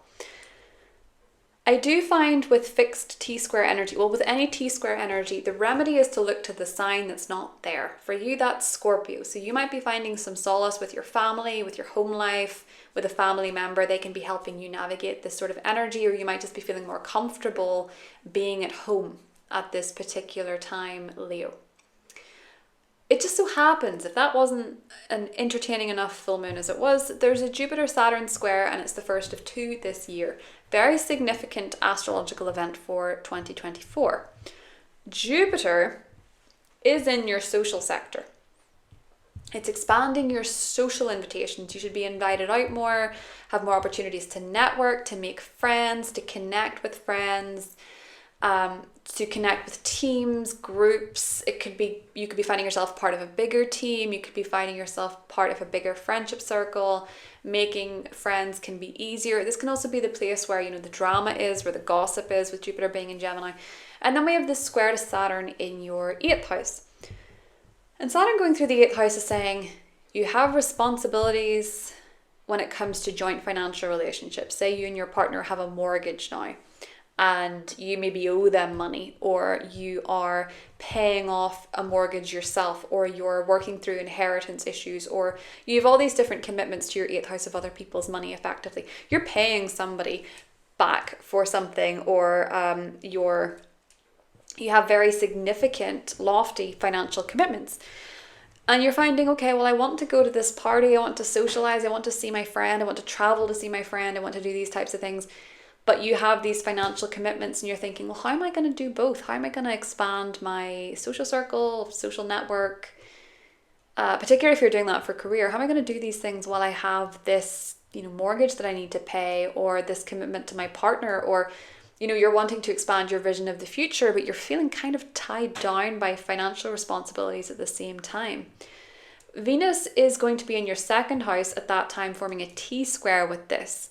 So you could be finding that perhaps you have a lot of things as well that you want to buy, that you want to purchase, that are really beautiful and really lovely, and you're thinking, oh, but I have to be more financially serious. It's like fiscal responsibility. I have to pay off this. I have to pay back this person. You could be paying back debt, and you could be really readdressing the types of things that you do to meet your social needs when you're trying to pay off something financially. Leo can be another story that's playing out for you at this time. The missing component there is Sagittarius energy with that fixed mutable square. That can be that you need to, with Sagittarius being your 5th house, you need to make sure that you're making time to have fun, to play, to be silly, to be joyous, to be optimistic, to be hopeful at the same time with whatever is going on. And there's a lot of T-square energy playing out for all of us. So it's going to be playing out for different people, at different times. If you're a Leo, Sun, Moon, or Rising, and you happen to have Gemini, Pisces, Sun, Moon, or Rising as well in your chart, you could really be feeling this full moon. So go easy on yourself and take care at this time. The Sun, Leo, enters your 2nd house on the 22nd. Again, this is lighting up your financial sector. You're going to feel a lot of energy to make money, be more financially motivated, thinking about your finances, really thinking about your money and your financial situation, because as we lead to September, there's going to be an eclipse in your 8th house. So again, your joint financial relationships are highlighted and subject to some change as well. So you're going to really be thinking about your money over the next couple of months. Mercury goes direct in your sign on the 28th, and you'll start to think a lot straighter. It will be a lot clearer what you want to say. You won't have as many foot in mouth moments. You won't have as many roars with you being the sign of the lion. But I will say on the 28th, just lay low that day, because that usually is the time when Mercury goes direct that everything goes, the Mercury retrograde gets turned up to a 10. You start to feel the miscommunication, the tech errors, putting your foot in your mouth, that kind of thing as well. Venus enters Libra on the 29th. That is your 3rd house. This is a nice time for being involved with your local neighborhood, attending social parties with the neighbors, social events with siblings, spending time with your siblings, Leo. A couple of days I want to point out, the Mars-Jupiter conjunction in your 11th house of friendships is happening on the 14th. you and your friends might be doing something brave, maybe for charity. So some of you might be abseiling or raising money for a charity event. Or you could be doing something fun and very active with your social group, going to a theme park or doing a sports day or something. There could be a lot of activity with friends happening around the 16th. Be careful around the 14th. Be careful on the 16th though, because Mars in your friendship sector is squaring Saturn in the 8th. There could be some frustration with a friend. They could trigger you. There could be some anger comes up and you're not entirely sure where it comes up, but you could get into an argument with a friend, and it could be because a trauma response is involved, a trigger is involved. So watch out for that day. It could be kind of tense and frustrating, Leo. That's what I have for you. I hope you have a beautiful month, and I'll talk to you soon. Hi Virgo, welcome to August, and a very happy birthday to all the Virgos who are celebrating their birthday in August. I hope you're doing really well. So Virgo, we are leading into your season this month, and there is actually quite a lot going on for you. There's always, when we're leading towards our astrological season, there's quite a bit of sleepy energy comes in just beforehand. But I just want to mention to you that it is very important to you that you get some adequate rest this month where you can, because we are going to have a fixed T-square and a mutable T-square on the same day, believe it or not, under the full moon. And the full moon is highlighting your health sector. And as well as that, we have Mercury retrograde in your sign. It does retrograde back into your 12th house. But we have a lot of focus here in saying, okay, well, when it comes to your health and your well-being, you want to make sure that you are making it a priority, and that starts with rest. Rest is what you want to be making sure that you do this month.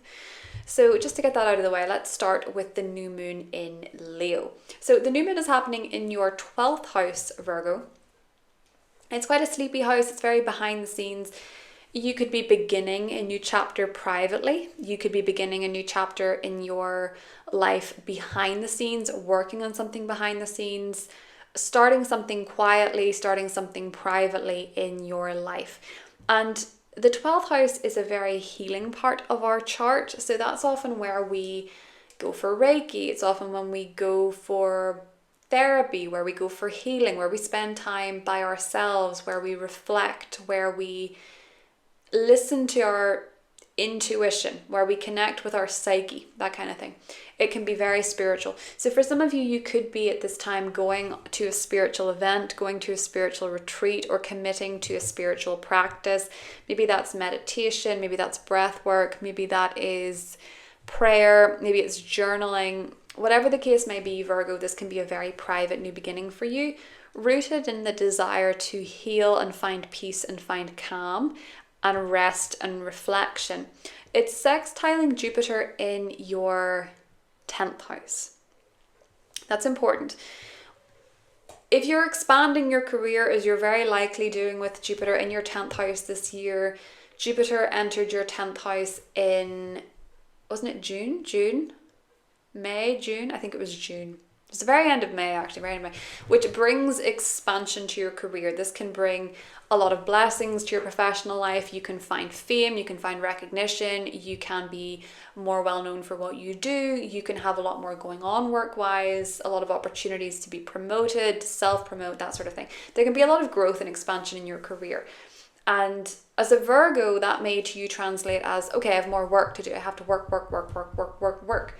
But this new moon in a positive connection with Jupiter in your 10th house is saying if you want to expand your career, if you want to do the best that you possibly can, you're going to need to factor in time for rest as well.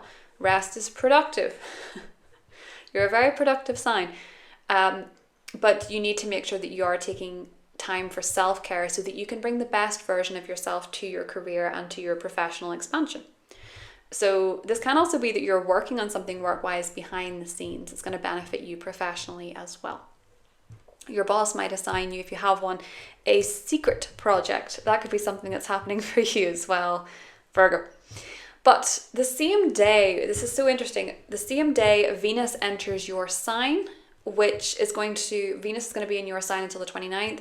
You look your best, you feel your best, you're more magnetic, you're more attractive, you attract opportunities, you attract money, you attract admirers while Venus goes through your sign. And the same day, Mercury actually stations retrograde in your sign. Mercury is your ruling planet. So how does this all translate? Well, for one thing, August, you're going to be looking your best, but you're also going to be quite self-reflective, perhaps particularly with Venus connecting with Mercury in the 7th, on your relationships and your romantic life. And if it's not that, it can be your creative life and it can be your finances as well. You're more reflective on your relationship to either your relationships or to your money, Virgo. So Mercury going retrograde in your sign from the 4th or 5th of August, depending on where you are, to the 14th of August, you're feeling more self-reflective on how you communicate, how you think. And communication is not just what you say, it's how you listen, it's your body language. In fact, I believe most communication is non-verbal. So this isn't just what you're saying. It absolutely can be, but you're reflecting on your communication and how you show up for yourself and how you show up in general, Virgo.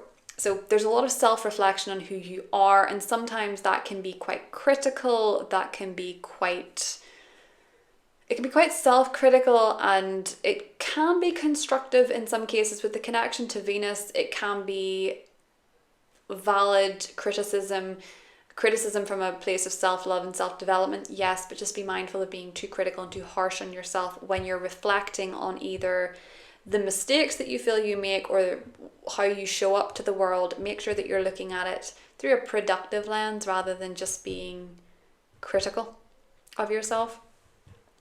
It is very reflective.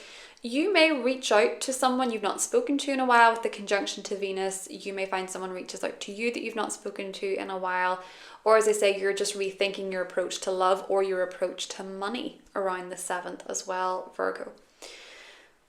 Mercury does retrograde back into your 12th house on the 14th, and this is when things could get kind of tricky.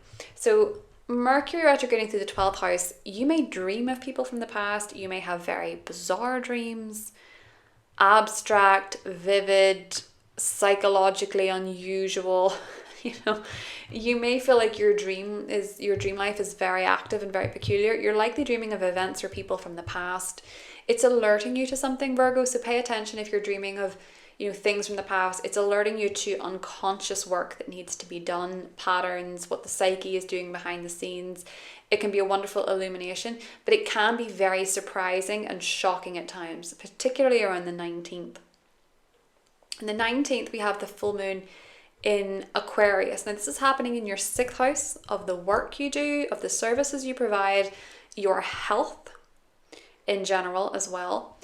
And you may realize that perhaps under this full moon that something needs to change health-wise, and this could be quite a surprise to you. You might feel unwell, you might, hopefully you don't, but you might actually be under the weather at this time. You could be feeling a little bit run down, you could be feeling very tired, you could be feeling like something needs to change in terms of your routines. That's why I'm saying get as much rest as you can, because if you don't, under that full moon, you might really hit a wall. If you've been waiting for test results for a health issue or some sort of clarity with a health issue, I feel like you're getting it, but I feel like it's surprising. I don't know that it's exactly what you were expecting it to be with the square to Uranus.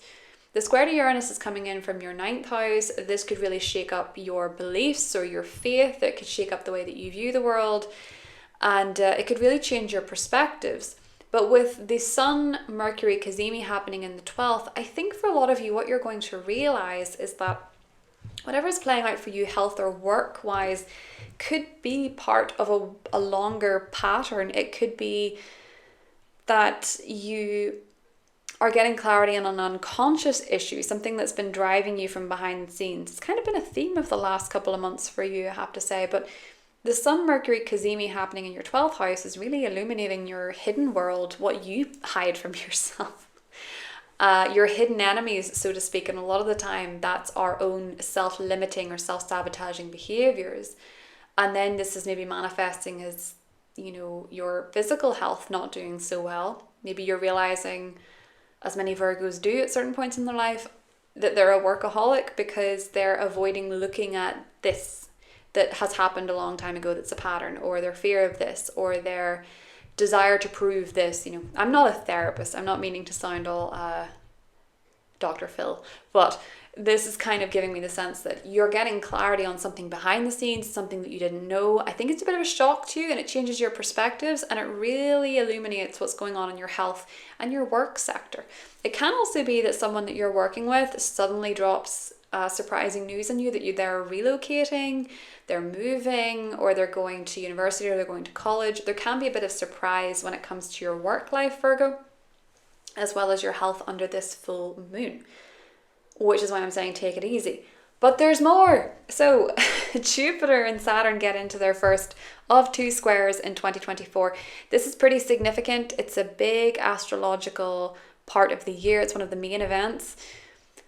Jupiter-Saturn squares are confusing because they're very contradictory energies. Jupiter is in your 10th house. It's expanding your career. It's expanding your public reputation. It can make you famous. It can bring you recognition. It can bring you more power. It can bring you more prestige. It can absolutely bring you more work as well. You can be coming into the spotlight because you're catching the eyes of the right people. It can be great for catching the eye of folk who are, you know, powerful, or who have a lot of knowledge that can help you. So on one hand, Jupiter is absolutely expanding your career. It's absolutely expanding your public profile, your work life. But at the same time, we have Saturn in your 7th house of relationships. And it feels like the two aren't getting along. So Saturn in your relationship sector. For a lot of Virgos, this looks like if you're in a relationship committing, so you might have additional commitments to your partner. For some people, that's getting married. For some people, that's moving in together. For some people, that is that they have a partner who's going through a lot, that they have to show up for more. Their partner's maybe experiencing something that's quite hard and quite challenging for them, and you're having to be there for them. You're having to show up for them and to help them and to take care of them, which is, you know, your responsibility to them. For others of you, it's getting very serious about the concept of relationships and saying, what kind of relationship do I want? Or am I being too restrictive with the relationship or with the notions of relationships, with Saturn being there? With Saturn being in the 7th house, it can be where you're restricting or denying yourself relationships, or you're feeling that way. And then there's all this career growth. So that can manifest in different ways, but they're tricky to navigate. So perhaps your career is expanding, someone wants to give you a promotion, you're going to have to be more present at work, but your partner is going through something and you're feeling like, whoa, I'm pulled in 2 different directions here. I'm having to do both. This is hard. It can also be for some of you that you're getting a lot of career opportunities, and your partner is kind of saying to you, well, no, I don't think you should take this, and I don't think you should take that, and I think you should be with me. And for some people, that can be where their partner is unsupportive of their career. Some Virgo risings may decide, I want to leave this. It can also be that perhaps you're realizing as you expand and grow your career that it would be nice to have somebody to celebrate that with, and you don't have that right now. And you're thinking, okay, well, how can I commit to finding that? Or how can I pick a partner who is good for me in the long run?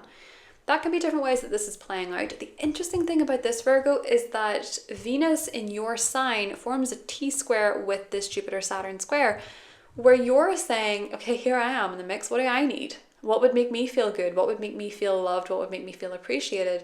Do I feel loved and appreciated when it comes to my career? Do I feel loved and appreciated when it comes to my relationships? And you're considering that through your perspective.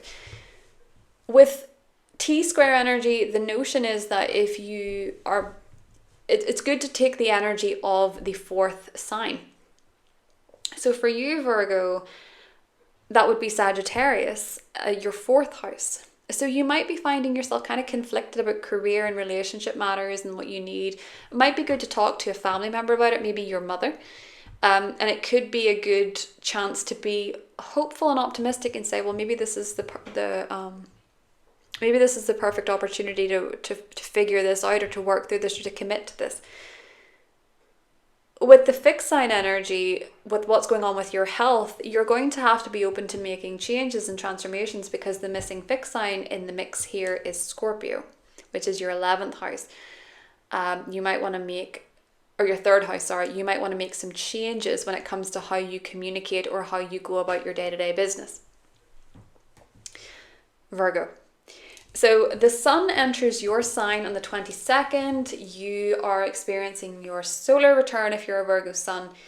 And this is going to be a time when you're very focused on the way that you approach life. You know, you're in the spotlight, you're in the sun. People want to see you, people want to talk to you, people want to know what you're up to. You're more visible than usual with the sun going through your sign. Mercury goes direct in your 12th house on the 28th. The weird, wacky dreams may stop. And you may feel like when it comes to a spiritual practice, you've kind of figured out what it is that you need to do spiritually in your day-to-day in order to feel more peaceful, more calm, and to make sure that there are no self-sabotaging behaviors running the scene from behind the scenes. Venus enters your 2nd house on the 29th, and this is when you're going to notice financial improvement. The South Node is in Libra, so you might notice where you have you might notice a financial drain or where you need to let go of something financially. But aside from that, this tends to be a pretty solid time financially where you can attract more money and abundance toward you. There is a lot of focus on career this month because Mars is going through your 10th house. So Mars can be where the fights are or where the frustration is, particularly around the 16th when Mars gets into a square with Saturn in your relationship sector. If you have a business partner, you might butt heads around the 16th. There might be frustrations going on work-wise that you feel like one of you is limiting the other. There can be frustration, there can be irritation and annoyance. Watch for that. Less said, soonest mended with the 16th. But on the 14th, Mars connects with Jupiter in your 10th house, and you seem to have the energy of the Energizer Bunny for making something work career-wise, focusing your energy on expanding, on getting something going. You might be rewarded or commended for your bravery around the time of the 14th with a career matter or public matter, Virgo.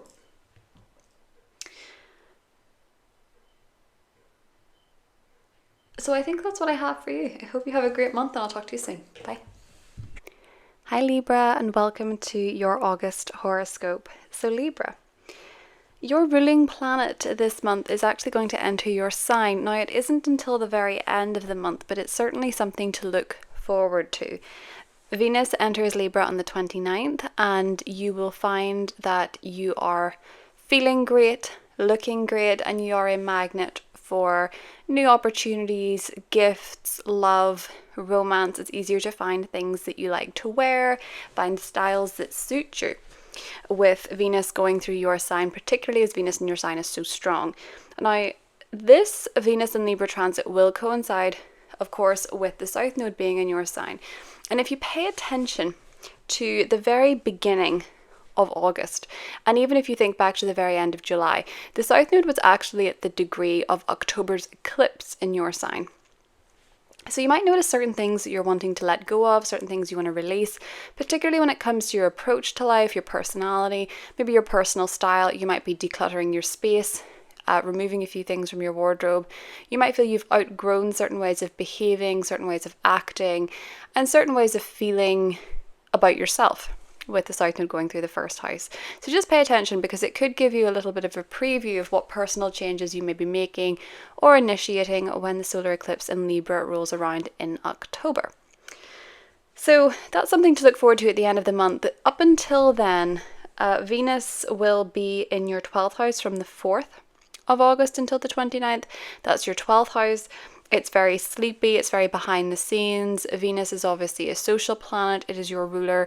You may be feeling a little bit more introverted and reflective. You might not necessarily want to go to every party this month.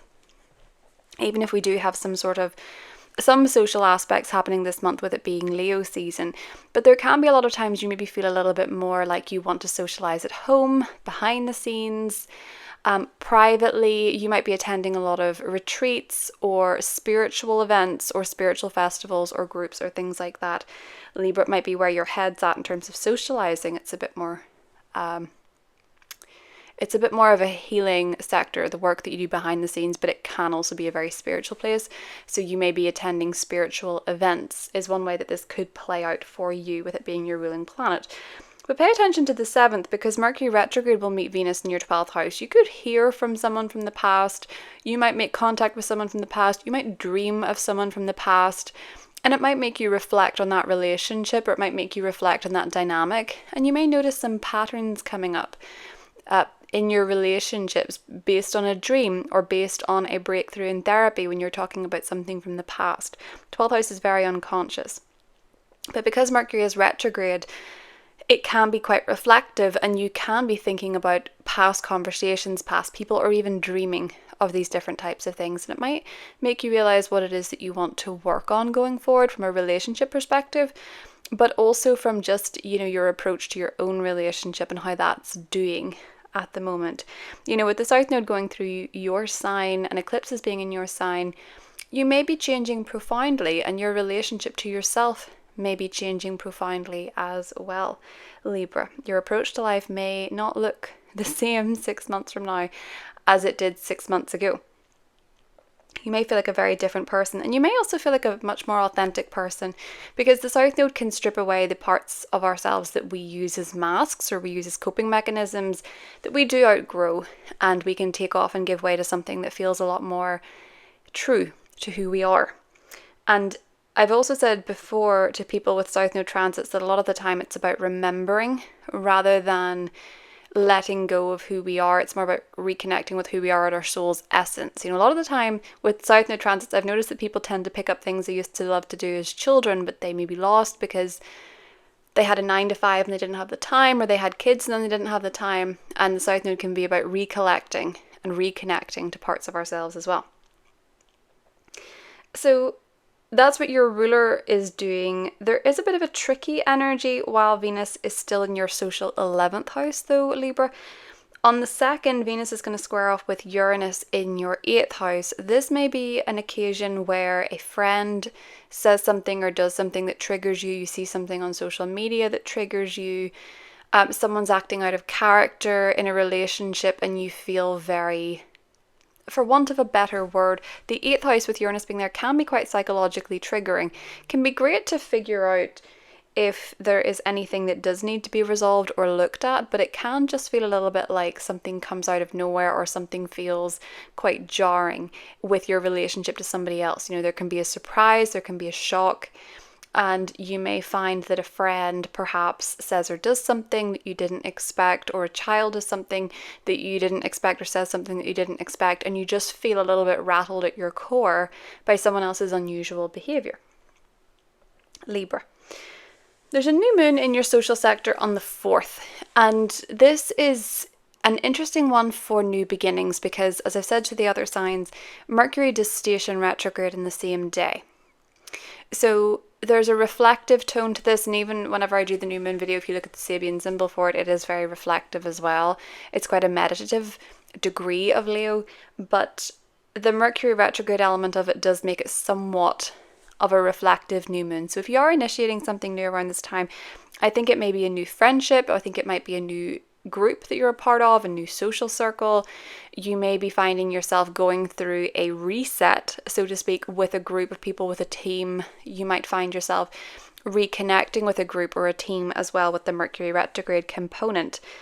I do feel with Mercury going retrograde in your 12th house, as I say, you may feel a little bit more introspective, a little bit more reflective about the past, and maybe a little bit more curious about what is driving you behind the scenes, why you do certain things, why you say certain things, why you think certain things. Is where your curiosity will be, at least until Mercury retrogrades back into your 11th house in the 14th. And this is when you might start hearing from friends from the past. This is when you might start reconnecting with people you used to be in a team with, you used to work at a charity with, you used to be friends with. You might reconnect with people, or you might just realize you've not seen your friends in a while and you want to reconnect with them. But you could be reconnecting with a team or a group. There is a challenging energy with this, Libra, particularly around the full moon on the 19th. One of the reasons that this is quite challenging is because while Mercury retrogrades in Leo, it's going to have another square to Uranus in Taurus. The first being around the full moon in Capricorn on the 21st of July.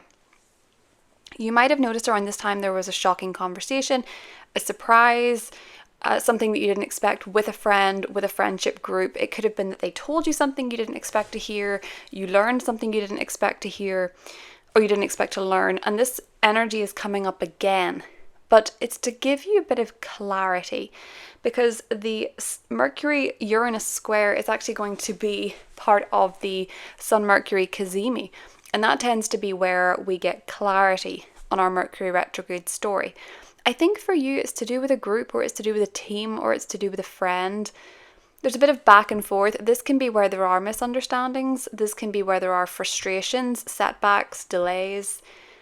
And again, I do think there is the possibility for friends or groups or teams to perhaps jar you a little bit on a psychological level with Uranus in the 8th house of psychology. It can also be where a group, or you're a part of a group or a charity that where there are joint financial matters involved. There could be some surprising news if you're part, say you work for a charity and you're part of the funds of the charity, you work with the funds of the charity, or there's a lot of money involved. There could be shocking news or developments happening there as well with this particular square, particularly as it's happening at a full moon. So this full moon is exceptionally active. It's actually, I've been looking at it for months thinking, how did this happen? There's 2 T-squares going on at the time of this full moon. So let me break down the fixed one first. The full moon in Aquarius is going to be opposite the Sun and Mercury in Leo. And then there's the square from both the full moon and the Sun Mercury, because obviously the full moon is always opposite the Sun. Just so happens that Mercury is there, squaring Uranus in Taurus. So we have this fixed T-square happening.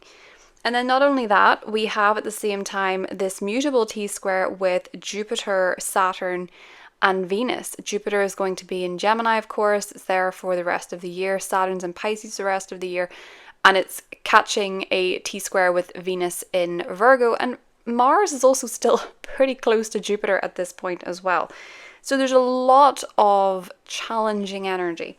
The way that I think the fixed T-square is going to play out for you, Libra, is that the full moon is happening in your 5th house of love, romance, creativity, but also children.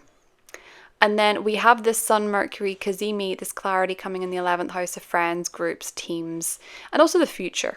There could be clarity about the future at this time. I do think whatever is happening, it could be quite surprising. There could be financial surprises in store with Uranus being in the 8th house, particularly to mortgages, to joint financial relationships with spouses, money that you owe, money that is owed to you. There can be shocks and surprises there, maybe to do with payments for children with the full moon happening in the 5th house, or maybe to do, as I say, with charities, with the Sun Mercury cazimi in the 11th, or just considering your financial future. There can be a lot of surprises. There can also be, for a lot of you, a surprise pregnancy is one thing that I can say is possible as well. With this full moon happening in the 5th house in a square to Uranus in the 8th, there can be a surprise pregnancy. So obviously if that is something that you do not want, you've been forewarned. But if it is something that you do want, because I will say I have already, and it's only July, seen the Uranus squares play out as somewhat positive surprises for people. I know that squares get a bad rap in transits, but sometimes they can really make something happen that you had possibly given up on, or you'd possibly had been a long time coming or challenging and things like that. You just observe these things as astrologers and you kind of realize that it's not always what it seems exactly. Squares usually do present a bit of frustration or challenge though in the mix, regardless of whether or not, you know, the surprise is actually somewhat welcome. There can be a surprising or challenging element to it. I think for you guys with Uranus in the 8th, it can be financial. It can be joint financial affairs, money that's owed to you or money that you owe to other people. But it can also be a surprising and maybe unwelcome declaration of feelings from someone in a group or a team or a friend. That can also be some way that this plays out for you as well, Libra. It can be a surprising declaration of feelings from a friend. It doesn't have to be romantic, but it can certainly be something that you perhaps feel quite passionate about. I would say with the fact that the full moon is happening in your 5th house. It's a very passionate house. It's also a very fun house, so there can be unexpected opportunities to have fun, but do be careful with the square to Uranus, because perhaps, you know, there can be a split-second decision that actually is not so fun to deal with in the long run. Because with all this square energy, there's a bit of a challenging, frustrating energy. When it's fixed, it tends to make people quite stubborn, dig their heels in. So you could be encountering stubborn energy from other people, maybe your children, with the fact this full moon is in the 5th, or maybe love interests with this full moon being in the 5th. It can be a little bit frustrating and a little bit challenging. What I will say for you, Libra, is that do consider your values at this time as the remedy to this fixed T-square energy, because when there's a fixed T-square, there's one sign of the same modality missing in this, and that's Scorpio. For you, that is your 2nd house. So consider the values that you're most passionate about, that you're most true to, what matters to you, and also make sure that you're keeping an eye on your finances with this Scorpio energy missing from the T-square. The fact is, of course, that there's also a mutable T-square going on at the same time. So Jupiter is in Gemini for you, Libra, which is all about traveling, expanding your worldview, expanding your mindset, adventure. And these are areas that you really want to expand upon. You can have more opportunities when Jupiter is transiting the 9th to travel, to take vacations, to take sabbaticals, to go to different countries, to travel to foreign lands. Can also be more opportunities to study. If you are studying, you can get more out of studying. It can be a more fun, adventurous affair. You can learn more about life because you're naturally more curious and you're feeling more adventurous with Jupiter going through the 9th. But you still have responsibilities when it comes to your job, and you still have responsibilities when it comes to your health and maintaining an everyday routine of sorts. Saturn is going through the 6th, and Saturn is going to be in a square with Jupiter. And to be honest, this doesn't exact again until December, but you're going to feel this as a conversation in the background for most of the year.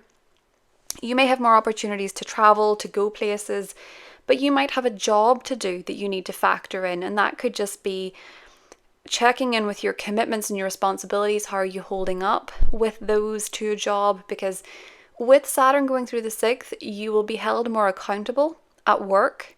You'll be held more accountable by your employees, your employer, your colleagues, your co-workers. You may find that if you have been slacking and not doing the work, you're called to task. And you may also find, on the other hand, that if you've been working really hard, you can be rewarded for it. But I do think a lot of you are having difficulty with wanting to get up and explore and travel and go on an adventure, or maybe studying something new, and trying to balance that with the fact that you have maybe a full-time job, or maybe your health is something that you're having to take care of or having to factor in a little bit more when it comes to traveling, when it comes to taking adventures. There's just this little bit of, okay, but I have to be serious about my health. I have to be serious about my work. And there can be moments in August when you think, this is so unfair. You can just feel like it's very, how am I going to do both? Or how can I have both? And with square energy, it can really make you strive for more. It can really make you strive to work at something, and that can be very productive and rewarding at the end of it all. So don't lose heart, don't lose hope. If you're wanting to travel, if you're wanting to learn, if you're wanting to explore and expand on your horizons, there can be challenging moments when you just maybe can't take that trip because you have this deadline, or you have this job, or you have this health concern. Say maybe you'd planned a trip and then all of a sudden you're not feeling so good and you can't go. Or it can be that you perhaps are wanting to study this master's, but you're figuring out how to do that and keep your job at the same time. It can be a tricky energy to navigate, I know. We have Venus in your 12th house at the same time, which means that socially you just might want to be taking some time for yourself. You might just be feeling a little bit quieter. You might just want to be traveling alone. You might just want to be working alone. It can be a little bit more introverted, Libra. We also, around this time, as I say, have Mars connecting with Jupiter. Now that's on the 14th.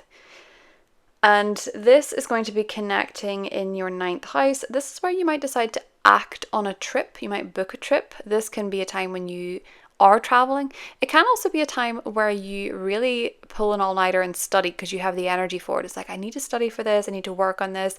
I need to be ready for this exam. Your energy is going into studying. It's going into taking risks, taking adventure with this particular conjunction, Libra.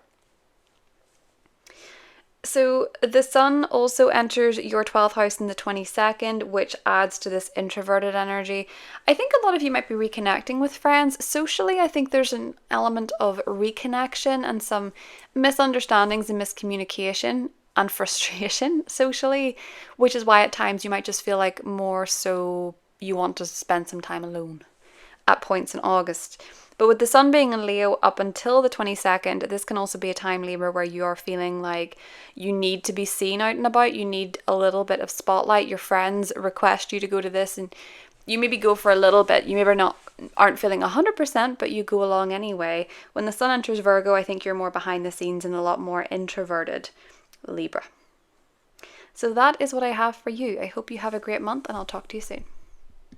Hi Scorpio, welcome to August. This is your horoscope for the month ahead. So Scorpio, there's a lot happening for you professionally in August. When the sun goes through your 10th house, you are seen to be working. You are more public, more out there, more visible. Whether you mean to be or not, you are more likely to catch attention, particularly on a professional level.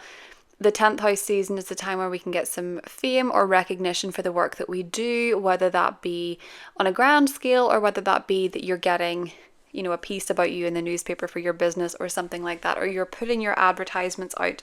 This is a very professional time for you. Now, there's a lot happening there that is a bit contradictory, so I'm going to explain, starting with the new moon in Leo. The new moon is happening on the 4th of August, so you may notice around this time that from a professional standpoint or in terms of your goals, be they professional or not, you have some sort of new beginning occurring, whether that's a new job, a new role, a new title, a new professional service, a new way of promoting yourself. There's a new chapter for you happening professionally. So if you're looking for a new job, this can be a good time to look. Just know that you may have to wrap up quite a lot of loose ends at the same time, because we do have a Mercury retrograde in your 11th and 10th house, Scorpio.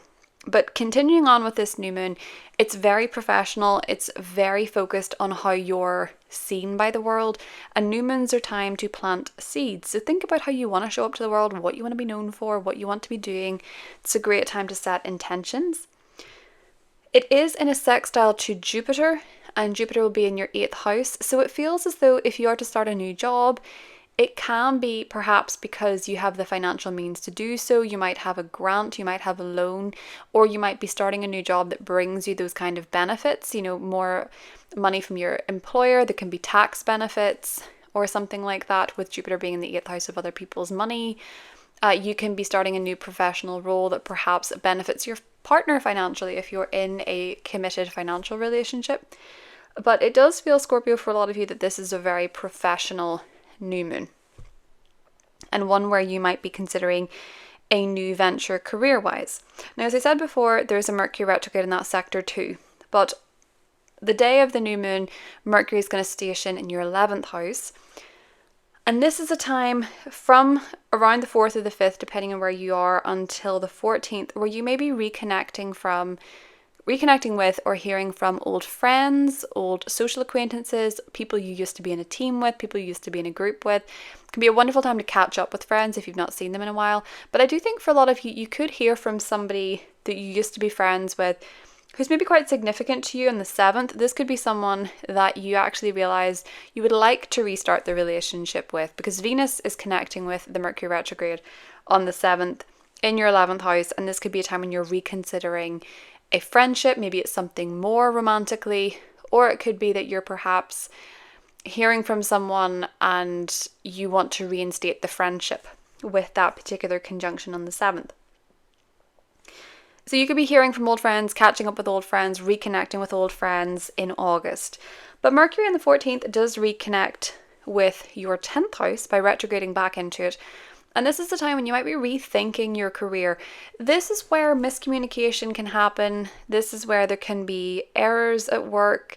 You know, you send an email that you thought was for one person to a million others that are nothing to do with the email. It can be when you get caught out talking about somebody because Mercury is still answering to Jupiter in Gemini, so you could get caught out discussing someone else in the workplace, and that could lead to challenges in a working relationship. But I do think miscommunication could absolutely be happening professionally, or when it comes to whatever goal you're trying to communicate.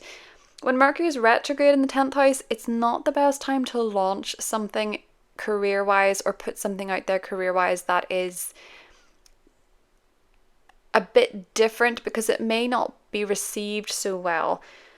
One of the reasons being is that the Sun-Mercury cazimi, which brings clarity typically, and it will bring clarity in this case, it's just that it might be a little bit jarring. The Sun-Mercury cazimi is happening on the exact date of it is the 18th, and it's still going to be active in the full moon on the 19th. This brings clarity to your career matter, but the square to Uranus that is occurring at the same time is really quite frustrating. There's something shocking about it. There's something surprising about it. I think for a lot of you professionally, you're dealing with unpredictable people. You could be dealing with an unpredictable business partner. They could be acting out of character, doing something that you did not see coming. If you work one-on-one with somebody, they might surprise you, they might shock you, and this might change your vision of your career or a working relationship. You might learn something professionally or surrounding your professional life, maybe about your boss, that surprises you or shocks you in some capacity, but it seems to give you clarity about where you're going career-wise. And after that cazimi, you might find, okay, the truth was maybe a bit hard to hear, or this was a bit eye-opening or awakening, but I think I see clearly now what I need to do. And with the effects of that new moon, I think a lot of you are looking for new beginnings in some sense professionally, and you might get clarity on what that is around the full moon as well. The funny thing about the full moon is that it's then happening in your 4th house, and this is a very intense axis to be occurring on. There seems to be something also happening with home, with family, with property matters that could be a bit surprising as well, that could be a bit shocking. Someone in your family might shock you. A partner may shock you about a living situation. You might have surprising news about a living situation. Something might have to change. Something might need to, it may not feel as stable as it once did. Or there can be a lot of unpredictable emotions coming from family members, or you may be feeling a little bit emotionally unpredictable yourself, Scorpio, around the time of this full moon as well. Adding to that, in the same day as the full moon and the fixed T-square, we have the mutable T-square with Jupiter, Saturn and Venus. So Jupiter is going through your 8th house for the rest of the year. And Jupiter's direct at the time of the square, Saturn is in your 5th and Saturn is retrograde, Venus is in your 11th house. So these are the houses most affected for you, Scorpio. With Jupiter going through your 8th house, the odds are higher that you benefit from others financially, whether that is through, as I say, the government or your partner's money. You get loans easier, you can attract, if you're looking for a mortgage, it's easier for you to get that mortgage. Jupiter tends to bless the area that it goes.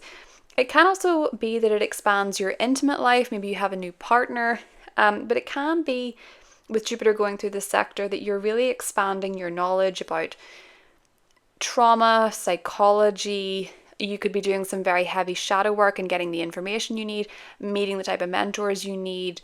and things like that, if you're into that type of thing, as you probably are as a Scorpio. So you can have these really expansive experiences on a psychological level and really heal some inner trauma with the 8th house. It's not just about financial matters, it can be very psychological and a time of diving deep. Jupiter is more about getting the knowledge and the awareness, and that's where you expand.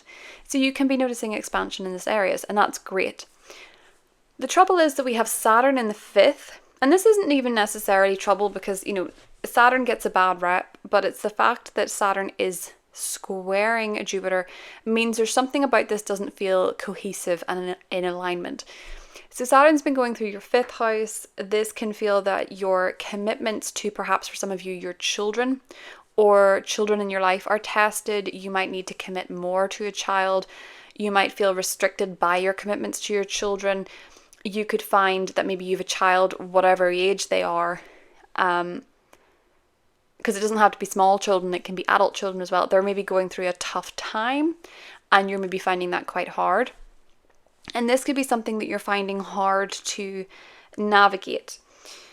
It can also be that perhaps you're taking your art very seriously and you're committing to that, you're committing to your creativity more. And sometimes maybe you feel a little bit like you have writer's block, or you feel like you're too hard on yourself creatively, or you feel as though you're maybe being too strict with the creative process. Now, it's almost on one hand as if you want to commit as well to having fun. Sometimes it feels a bit hard with Saturn going through the 5th to have a good time. You can just feel a little bit more serious, harder to let loose. And Jupiter's going through the 8th. I think for a lot of you, this could absolutely play out romantically, where you're taking your dating life maybe a little bit more seriously, or you're taking your romantic life a bit more seriously. And with Jupiter going through the 8th, which is also a very intimate house, because it's your 2 intimate houses aren't really getting along, Scorpio, because of that square. So it can be that you need to explore and expand your vision of your intimate relationships while at the same time having healthy boundaries on what that looks like. That can be the case for some of you as well. It can also be, as another point of note, that you are finding that you're learning a lot about psychology, or you're learning a lot about, you're expanding your mindset when it comes to different psychological topics, or even some spiritual or occult based topics. And you could find that maybe you're trying to help a child, or you're trying to help a love interest who is a little bit more practical minded and is not really responsive to this, and that can be trying as well.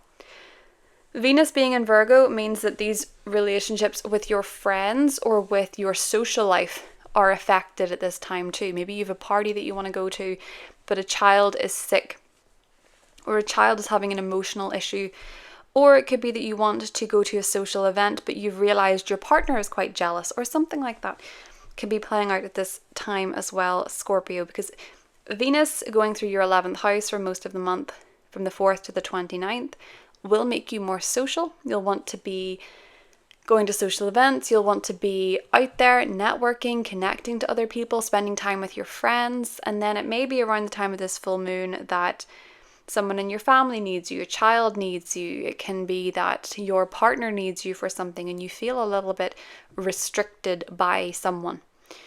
And it can actually be one of those cases where you feel like you have the answers, but they're not hearing them.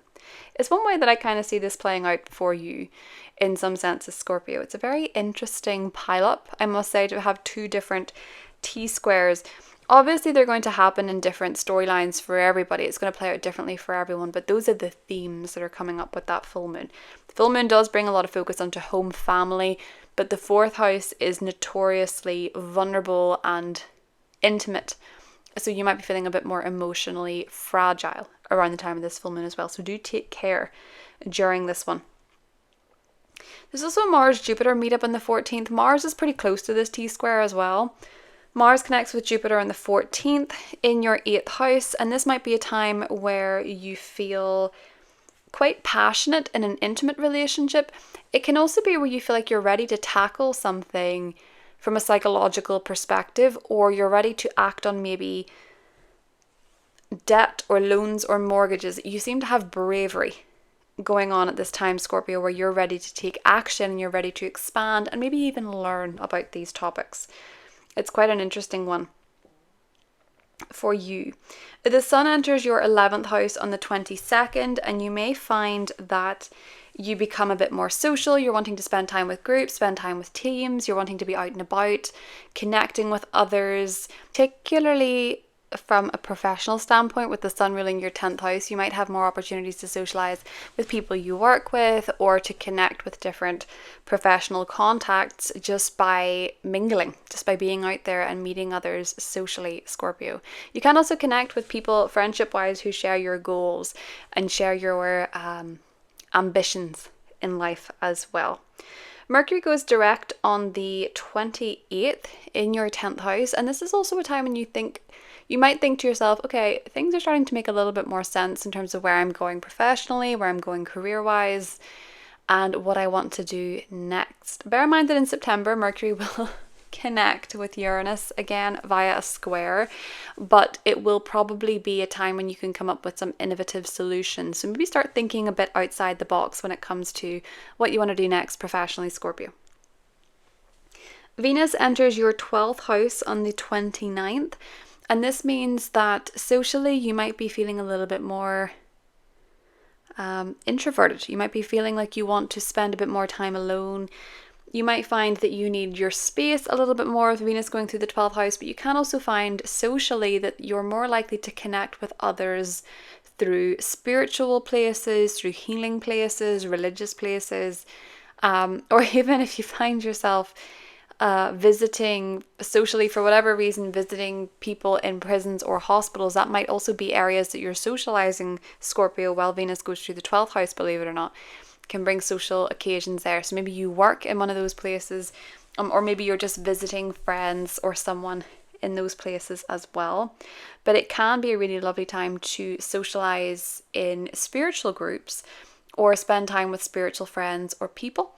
It is a little bit more introverted though with Venus going through the 12th house. But it can also be where if you connect with someone, you may feel as though they are a past life connection or some kind of soulmate in your life, because Venus will meet the South Node in September in your 12th house. So you may find that you're reconnecting with someone from the past, or it can be that you are perhaps connecting with someone from a past life, Scorpio. That is something to consider in August. That is what I have for you. I hope you have a great month, and I'll talk to you soon. Hi Sagittarius, welcome to August. I hope you're all doing really well. So Sagittarius, there may be opportunities this month to travel. And if you are traveling, you may be going back somewhere you have previously been, somewhere that you used to go to quite a bit, because we do have a Mercury retrograde happening in your 9th house this month. But there's quite a lot of storylines playing out in August, so let me start at the beginning. We have a new moon in your 9th house on the 4th, and this new moon can be a time where you're perhaps traveling, going on a trip, or planning a trip for the future, because this new moon is happening in your 9th house of travel. This can be making travel plans with a partner, with a significant other, because there is a sextile to Jupiter in your sector of relationships.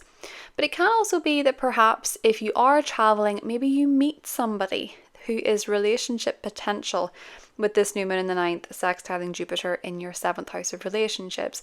Maybe some of you are planning a location wedding or a location engagement with this new moon. It is quite a reflective one though, because Mercury is going to station retrograde in your 10th house on the same day. So you're probably going to be reflecting on what it is that you want professionally. Venus also enters your 10th house on the same day, and they both meet on the 7th while Mercury's in retrograde. So this might be a time when you're reflecting on your career goals, your career relationships, with Venus being in your 10th house.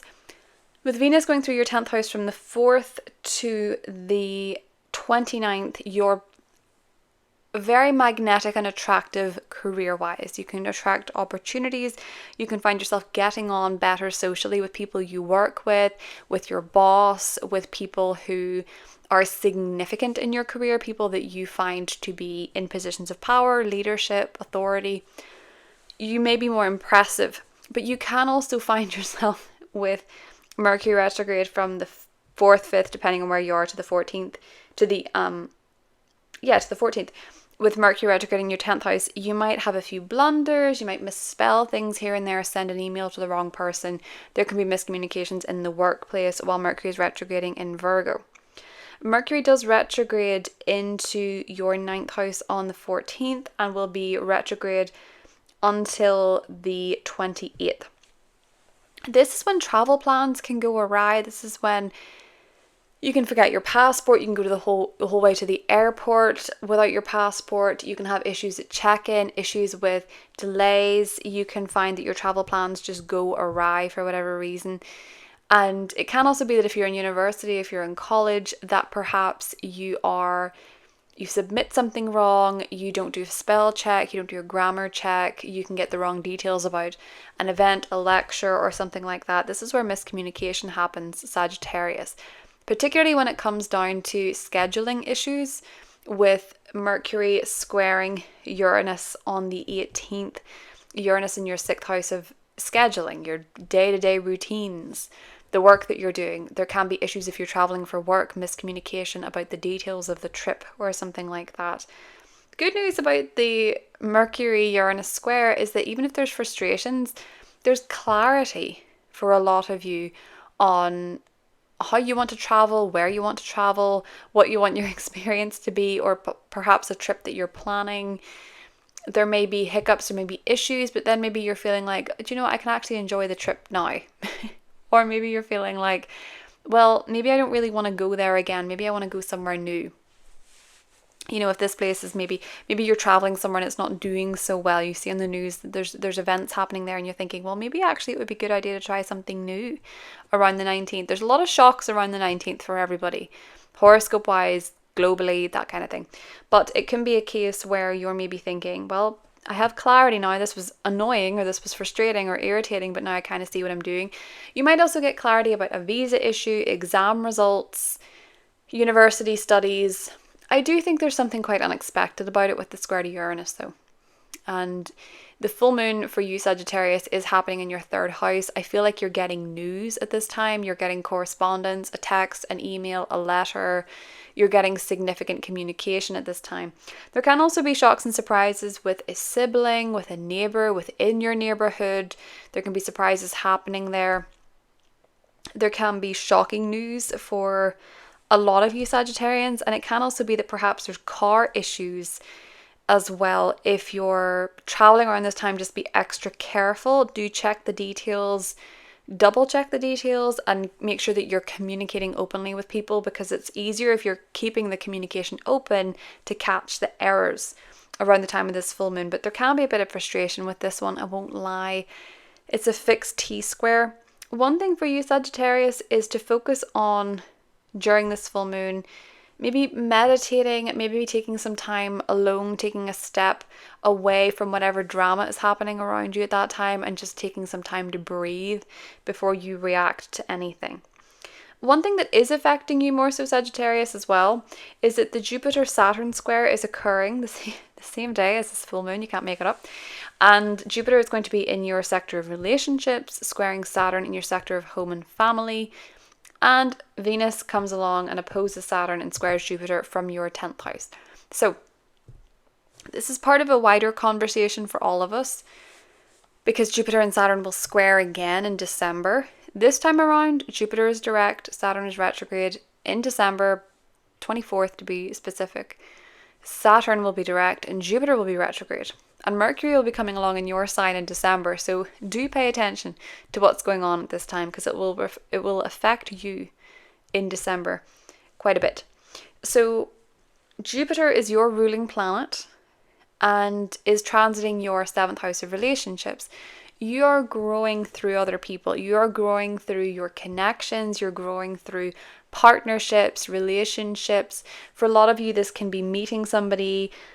This can be expanding your current relationship to be more, whether that's getting engaged, getting married, moving in together, whatever the case may be. This can be where you're really growing and expanding your relationships in general, and you're learning a lot through them. So you might be wanting to expand your relationship. You might be wanting to take things to the next level. You might be wanting to meet that special person. With Saturn going through your 4th house, your commitments are to your home and your family and your fourth house, and this can your fourth house, of course, this can sometimes feel a bit restrictive and commitments can be tested. So maybe for some of you, you and your partner are looking for your forever home, and you're just maybe running into some obstacles because maybe you're having a lot of fun traveling together and it's harder to save, or maybe you're just finding that you're wanting to find a partner but you're living somewhere that's very remote and out of the way and you're struggling to meet people. It feels as though the expansion that you're seeking and you're experiencing in your relationships is not blending so well with your commitments, maybe to your family or to your home. So maybe your family don't necessarily appreciate your partner, or they don't necessarily like your partner, or they don't agree with your choice of partner. That can be something that's hard to fix at this time, Sagittarius. Or it can be, as I say, that you're wanting to travel, you're wanting to go on your honeymoon, but you're doing renovations and you feel as though, well, how did this all happen in the 1 year? You know, we bought our forever home and then we want to go on our honeymoon. You know, there sort of seems to be trouble rectifying your home family life and your relationship life. And it can be a key relationship. It doesn't have to be romantic. It can be a best friend, a business partnership. But a lot of you are really, with Saturn going through the fourth, putting in some heavy duty work with home and family matters. Maybe you have responsibilities to a family member. Maybe you have responsibilities to a baby. Maybe you have a responsibility to an elderly parent. And this is perhaps something that is taking you away from your new significant other, or finding a significant other, or something like that, Sagittarius. And Venus being in your 10th house is saying, okay, well, you're sort of expected to show up professionally right now, to show up at work. There might be a work social event that's happening while the tension is reaching a boiling point between your relationship life and your family life at the time of this full moon. The tricky thing about squares in astrology is that you kind of just have to accept the contradiction. You kind of just have to move along with the fact that sometimes things are challenging, sometimes things are tough. It doesn't mean they always will be. Things can be frustrating at times and energy can be contradictory. And it just so happens around the time of this full moon, there's so many corresponding issues that I think a lot of people will feel really worked up around this time. So just make sure before you emotionally burst and say something that shocks the whole congregation, Sagittarius, just make sure that you're taking time to breathe and taking some time out for yourself, Sagittarius, as you are the missing mutable sign in this T-square, which means that you are your own solution at this time as well. What do you want? What do you need? The sun enters your 10th house on the 22nd, and this is when your professional hat is well and truly on. You're seeking new horizons professionally. You're wanting to be seen. You're more visible. Even if you don't want to be seen, you're more visible, Sagittarius. And you might find as well that with the sun ruling your 9th house, maybe you get to travel with work, or maybe you're attracting the attention of recruiters or employers abroad. Or it can be that maybe connected to your university life, you are getting the attention of maybe different universities or colleges and things. I just want to mention as well, because I'm not sure that I touched on it, but that new moon in Leo in the 4th can also be a new beginning in your university or academic career. And I think the sextile to Jupiter means that you'll be feeling very curious and feeling very optimistic about this new beginning as well, Sagittarius. Mercury goes direct in your 9th house on the 28th. And you may find that things start to become a bit more clear when it comes to maybe visas, passports. A lot of you might have to renew a visa or passport this month. Do make sure that you check that. Any travel documentation might need to be reviewed. So if you traveled somewhere before, it might have changed. Just want to make that aware. You know, do double check with these things, Sagittarius. And it can also be, with Mercury going direct here, that you're starting to think a little bit outside the box with your travel arrangements or your university experience, because Mercury will square Uranus again in September, but this can be a time where you really feel like, okay, I think after this retrograde period I've reflected on what needs to change and how I could do things a little bit differently. Venus enters a very social sector for you from the 29th of August, so for the remaining 3 days of August, you might find that you're beginning to feel a lot more social, you're connecting with friends, you have more social invitations to connect with teams and groups of people, Sagittarius. One day that's also very significant for you is the 14th. Mars and Jupiter connect in your 7th house of relationships. You might have the courage to pursue somebody that you're interested in, or you might have the courage to bring up a topic with a partner or do something fun with a partner. This could be a really good time for an action date, where you're going like hand gliding or something kind of daredevilish with your partner or your significant other.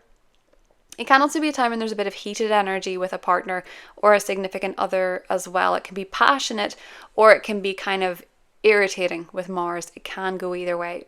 And it can be both because it's in the sign of Gemini. So you might get a mix of both at the same time, Sagittarius. That is what I have for you, and I'll talk to you soon. Hi Capricorn, welcome to your August horoscope. I hope you're doing really well. So Capricorn, your ruler Saturn is part of one of the biggest transits of this month, and that is the Jupiter-Saturn square. So Jupiter is currently transiting your 6th house and Saturn is transiting your 3rd. Jupiter going through the 6th is a time of great expansion, joy, optimism, potential for growth, and it usually brings a lot of good times where it goes. Obviously, it can exacerbate and exaggerate issues that are already present there, and I will get to that. But basically, this can be that you're having a better time at work. You could be having a better time with colleagues. You could really like your co-workers. You could really like the people that you work with, maybe because they're fun and outgoing and optimistic and wise, or maybe because they're very knowledgeable. And it can just be that maybe you're working with different people from all over the world or something like that, or you're getting to travel with your job. And it can also be from a health perspective that you're getting the information that you need, you're learning more about health, you're encountering mentors that are really helping you with your health and fitness goals potentially as well. But obviously Jupiter can exaggerate issues that are there. So sometimes you could maybe be dealing with people who are a bit pompous, who are a bit egoic, know-it-alls, and maybe overdoing it with working because maybe you're finding it a lot of fun, you're not noticing your energy levels. That might be an issue that you run into, Capricorn. So I want to discuss that. Obviously, we do also have the South Node transiting your 10th. So from a public perspective, you maybe don't feel as inclined to be front and center in your career, to be in leadership roles. You maybe don't feel as resonant with being a boss or making big moves career-wise right now. And that's not the case for all of you, but I do know a lot of Capricorn risings who have stepped away from positions of power, who have taken a back seat in their career, who've taken career breaks, who have left jobs while the South Node is transiting the 10th, just to recalibrate and just to regroup and maybe focus a little bit more on home and family in a lot of cases. But with that being said, nonetheless, Saturn, your chart ruler, is retrograde, and it's retrograding through your 3rd house, which is Pisces. So Saturn going through the 3rd house can be a time where, especially in retrograde, you're maybe reevaluating your commitments and responsibilities to siblings.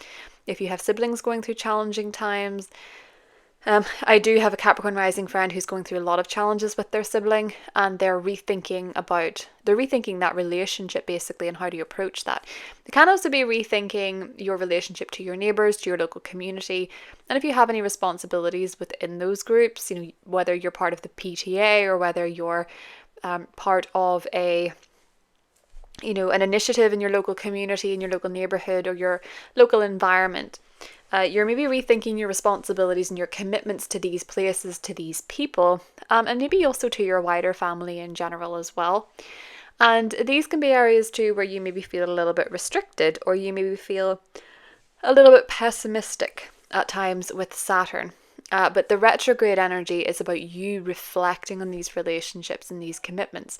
Now, when it's coming into this square with Jupiter on the 19th, this is part of a mutable T-square, because Venus in Virgo is going to be connecting with this T-square as well.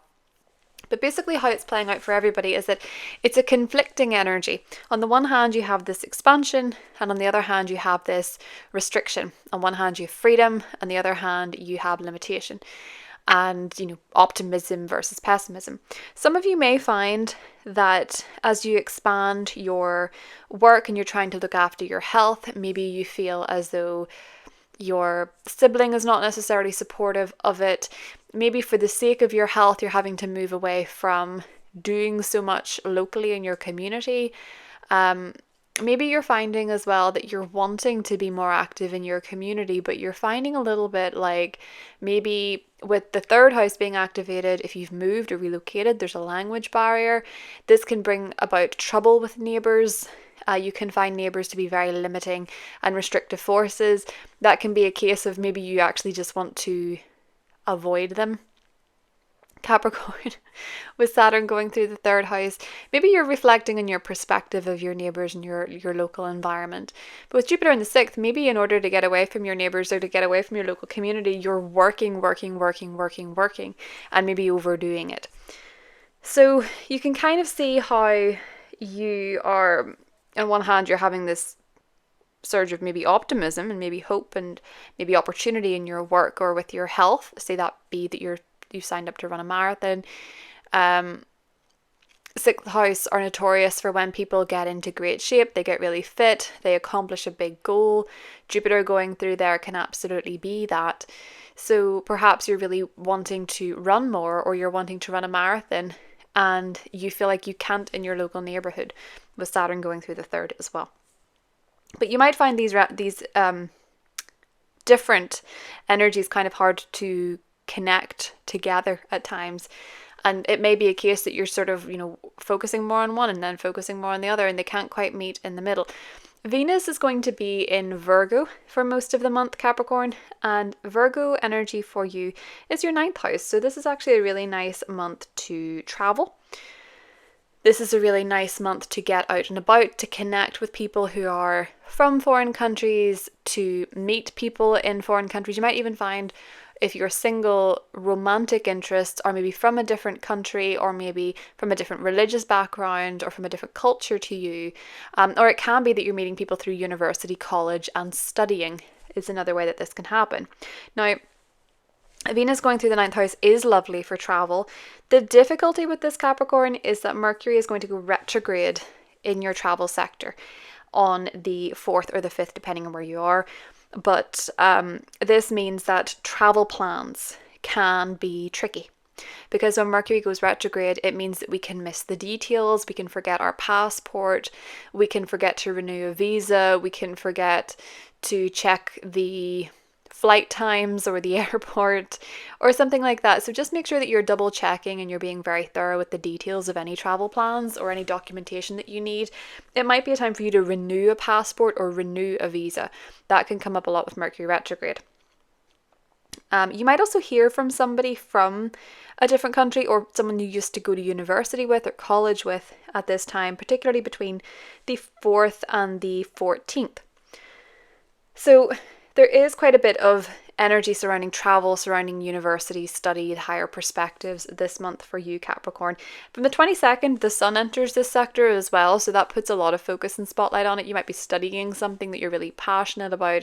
You might be studying something that is of great interest to you this month, or you might be putting your energy towards, maybe some of you are going back to college, some of you are going back to university, and you're having to put more energy into this. Or you're having to put more energy into your faith, into your religion, if you have one, into your spiritual belief system, Capricorn.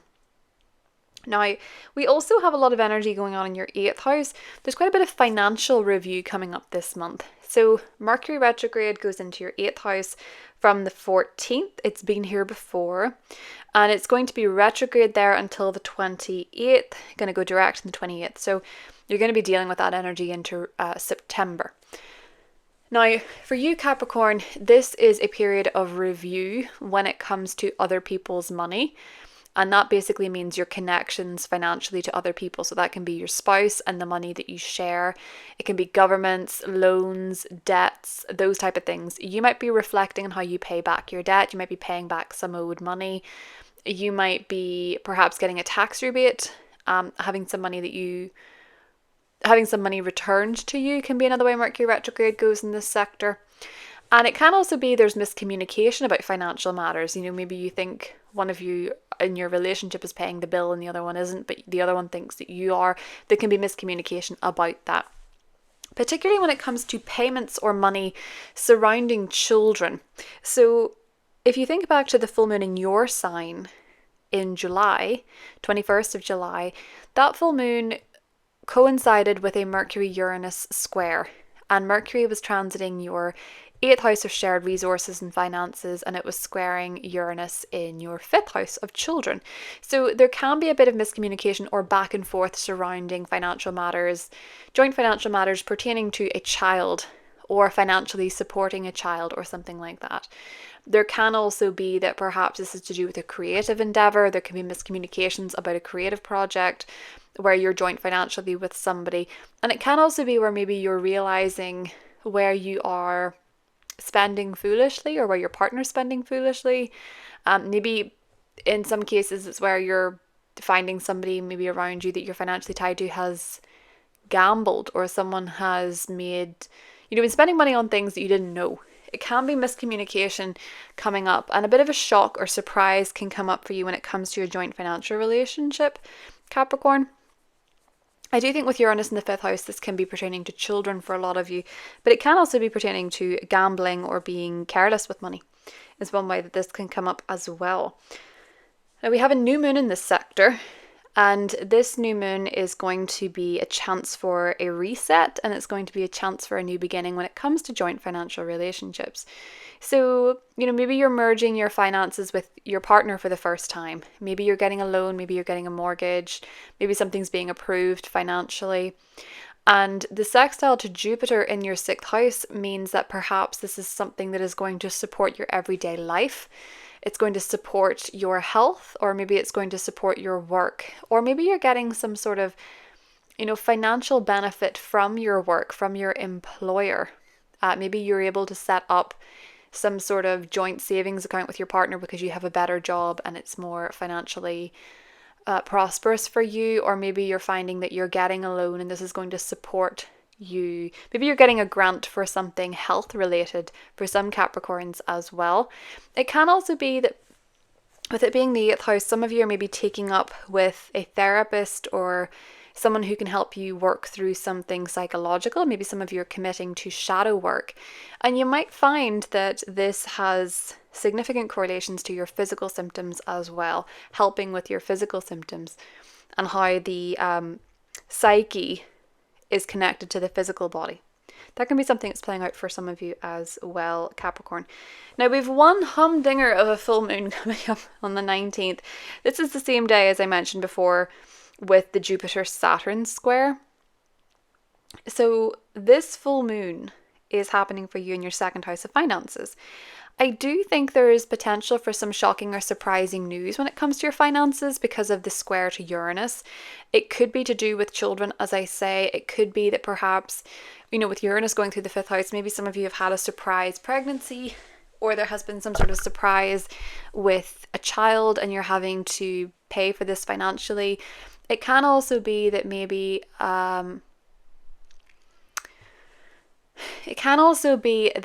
you're having some sort of financial surprise because of something pertaining to a partner or a joint financial relationship. Whatever the case may be, Capricorn, I will go into this more deeply in the full moon video, but whatever the case may be, it seems as though you're getting quite a surprise financially with whatever is going on around this time. So you might have to make an unexpected payment. You might have to make an unexpected financial move. For some of you, whatever is going on in the world or around you, it might change your values and how you perceive the future. What really matters to you in the future could change around that full moon as well. As I say, it's a bit of a humdinger of a full moon, I'll be honest. The Sun-Mercury cazimi is happening the day before square Uranus. So you may get clarity on a joint financial matter, as I say, but it could be surprising, or it might be one that you have to make some sort of changes.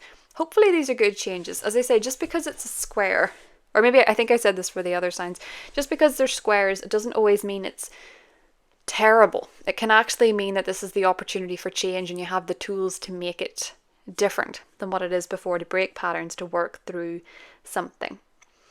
The Mars-Jupiter conjunction on the 14th is going to give you a bit of boost a boost energy wise to tackle something that's joint financial. Maybe you're really inspired to pay off a debt or a mortgage or a loan or something like that. And this could be for a house because Mars rules your home sector. You're really determined to pay off a mortgage or get that loan or get that grant. The square to Saturn is, do you have all the information? Do you have all the documents? Do you have all the facts? Maybe slow your roll a little bit, Capricorn, if you're wanting to rush into something joint financially. Venus enters your 10th house on the 29th, and this can bring a real boost to your career. You can be noticed professionally. People can tell you how much they love your work. You can have better working relationships with your boss and people in positions of authority as well, Capricorn. And don't be surprised if a boss from the past or someone you used to work with in the past hits you up unexpectedly, because this Venus and Libra transit will be connecting with the South Node. That is what I have for you. I'll talk to you soon. Hi Aquarius, welcome to August. This is your horoscope. Aquarius, you're one of the main characters of August because we have one heck of a full moon in your sign. Your sign is bringing the drama amidst a rather dramatic and chaotic Leo season. So let's look at this full moon first and foremost.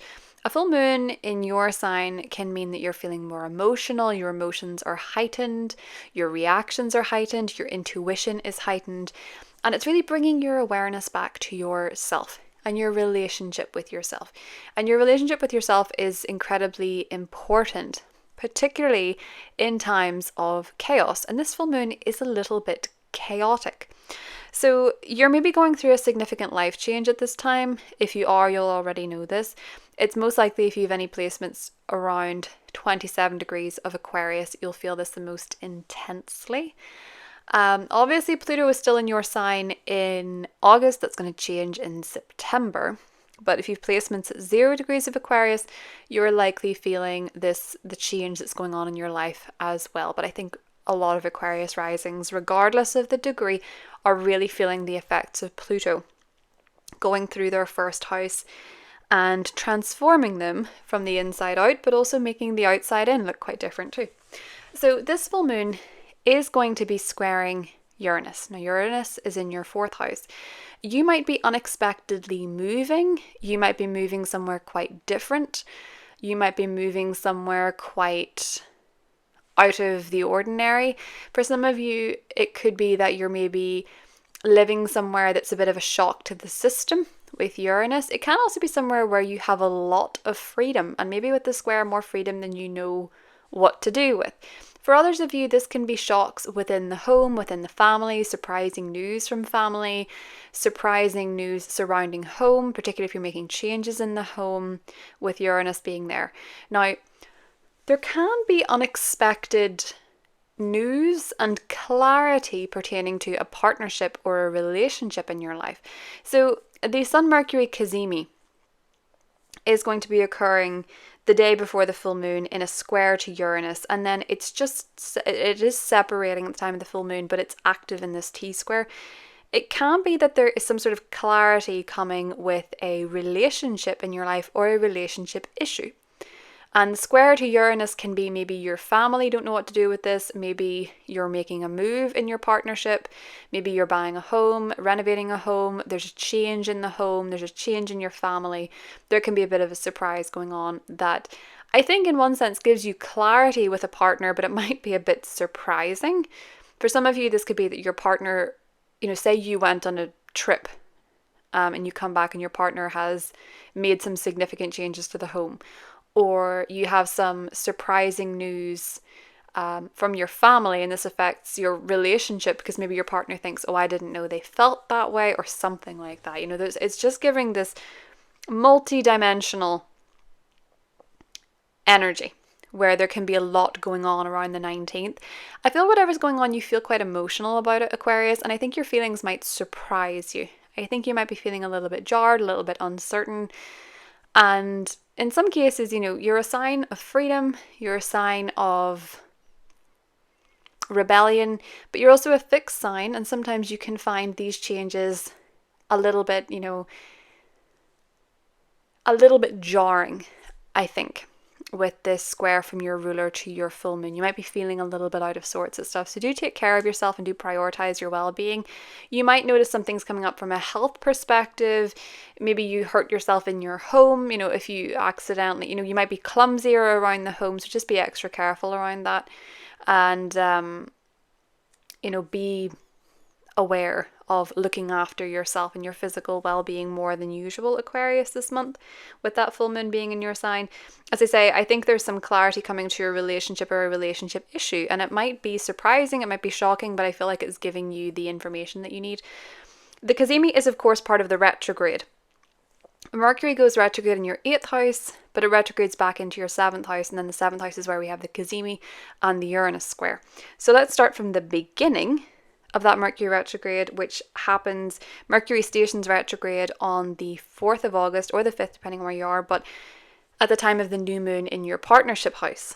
So Mercury retrograding in the 8th, there can be misunderstandings pertaining to joint financial relationships, misunderstandings coming up with mortgages, grants, loans, taxes. You can also have money returned to you that is owed to you. You can get a tax rebate, you can get your money back on something that you paid for before, maybe when you shouldn't.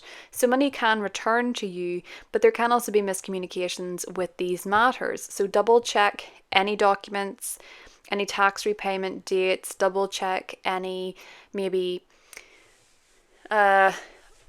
mortgages, agreements, any letters from your bank, double check them, don't ignore them under this retrograde.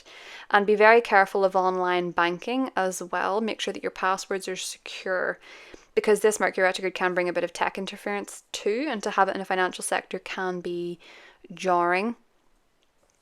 It does retrograde back into your partnership sector on the 14th until the 20th when Mercury goes direct, and then it will still be in your partnership sector into September, but from the 28th it's easier to navigate. There can be miscommunication with a relationship in your life, be that your partner, your business partner, your spouse, your boyfriend, your girlfriend, a best friend, and just other people in general. Some of you may also hear from an ex, or you may contact an ex as well, or you may just hear of an ex. Sometimes in Mercury retrograde, you can hear about people from the past. They don't have to necessarily be communicating with you. You can dream of people from the past as well. It's one way that this can play out, Aquarius. And I think if you do hear from or run into an ex, it could be through a family member, or it could actually be at home. So you might run into them outside your house or something, or they might make an unexpected visit to your house, is another way that this could play out. Or you could hear from a family member about how an ex is doing or something like that. This is notorious for miscommunication, so do be mindful of that when talking and negotiating with partnerships. It's easier after the 28th, but September is when it gets a lot easier. Now, speaking of relationships, that new moon in Leo on the 4th is going to be in your partnership sector. It's sextiling Jupiter in your 5th house, and this is a lovely new moon for romantic relationships. I think a lot of you could be beginning a new relationship at this time, and I feel like it might be one that is full of joy and full of love and full of excitement. And I do wonder with the Mercury retrograde coming up if it is someone you've known before or someone you've known of. It's a reconnection, it's a picking up where you left off, but it can also be somebody new. But there can be a past life connotation to this, because Mercury retrograde tends to, when people connect with others, there does tend to be past life energy passing through. So the sextile to Jupiter in your 5th is making me think that there's a lot of love and excitement and fun if you're beginning a new relationship at this time, or reconnecting in a relationship. If you're in a romantic relationship, it feels like for a lot of you, maybe you're starting a family with a partner. Maybe you're finding out that you're pregnant. Maybe you're finding out that your partner's pregnant. Maybe you are just having a more romantic time with a relationship and you're willing to reset it. Maybe there's, maybe there's some details you need to iron out with someone if you are reconnecting, but it doesn't have to be romantic. It can be a creative partner for a lot of you, a creative collaborator, or it can be a friend that you have a lot of fun with. Either way, it's a really positive new moon. It's just that the Mercury retrograde is saying, you have to reflect on your approach or how you think about intimacy in relationships, because to have a Mercury retrograde going through the 8th and the 7th is saying, how are you connecting with your partner? How are you connecting with potential partners? And how do you communicate in relationships, and what maybe needs to change? Sometimes Aquarians can more commonly verge on the avoidant style with relationships, and this can sometimes be tricky with intimate relationships. So that might be something that you're reflecting on. It doesn't have to be, of course, it's not a generic statement, it's just an observation, because Aquarius is a detached air sign energy. Doesn't mean you don't have feelings. It just means that you're not necessarily always so comfortable with them. And if there are relationship issues, it might be time to really see where the intimacy is lacking in a connection, Aquarius. Obviously, I think this full moon is going to be quite illuminating to you on the 19th about how you really feel when it comes to your partners, when it comes to family, and you might just find yourself being a bit emotional and sentimental at this time. Venus enters your 9th house on the 29th. This is beautiful for you. This might be a really nice time to travel, particularly in a relationship, to travel somewhere, to go somewhere new, to take a trip, to take a vacation. You can find yourself getting on better with people that are from foreign countries, or when you're in foreign countries, or it can be people from university or college that you're getting on the best with. Venus tends to bring a really nice social, easygoing energy to wherever it transits. One thing that's coming up for you that's a bit tricky as well, Aquarius, is the Jupiter-Saturn square. Now this is happening on the 19th, same day as the full moon for you. And Mars is around Jupiter at that time. Mars has had its official conjunction with Jupiter and is in a separating aspect, but it's playing around with this T-square nonetheless. It's a T-square because of Venus though. So there's a few different ways this is playing out. Jupiter is in your 5th house, and Jupiter is expanding perhaps the joy in your life. For a lot of Aquarius risings, this can be pregnancy, this can be having babies, births. It can expand how many children you have, for example, in the 5th. It can also be for some of you expanding your romantic life. You may be out there dating, you may be falling in love. A lot of you are maybe, depending on what stage of life you're in, you could be just going to a lot of parties, having a lot of fun, having a really good social life. I remember when Jupiter went through my 5th house while I was at university, I got recruited to work for a nightclub in PR, and it was just the funnest job. I don't even know if you could call it a job. You basically just went around, hung out, like hand out flyers, and then you get to go into the nightclub front of the line for free. You get free stuff, got a free holiday out of it. Like it was just fun. And that can be a way that Jupiter going through the 5th plays out. You have a lot of opportunities to go to parties, to socialize, to do fun things, and to enjoy life. So Jupiter can be expanding these areas for you.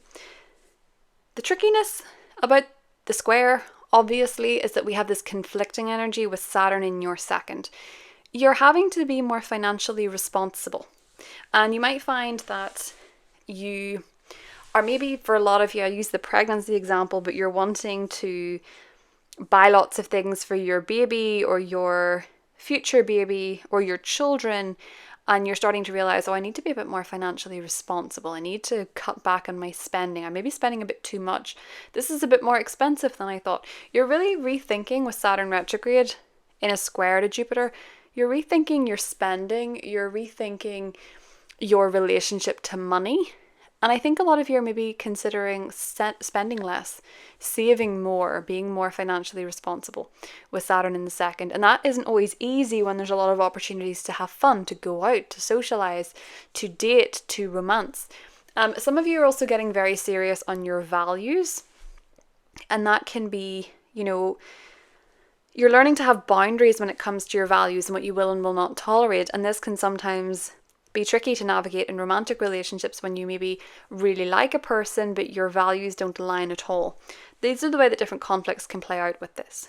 Venus being in your 8th can be that perhaps for some of you there's a very tantalizing romantic interest where you have a lot of chemistry, but you're just wondering, is this a good idea, maybe financially or maybe in terms of values as well, Aquarius.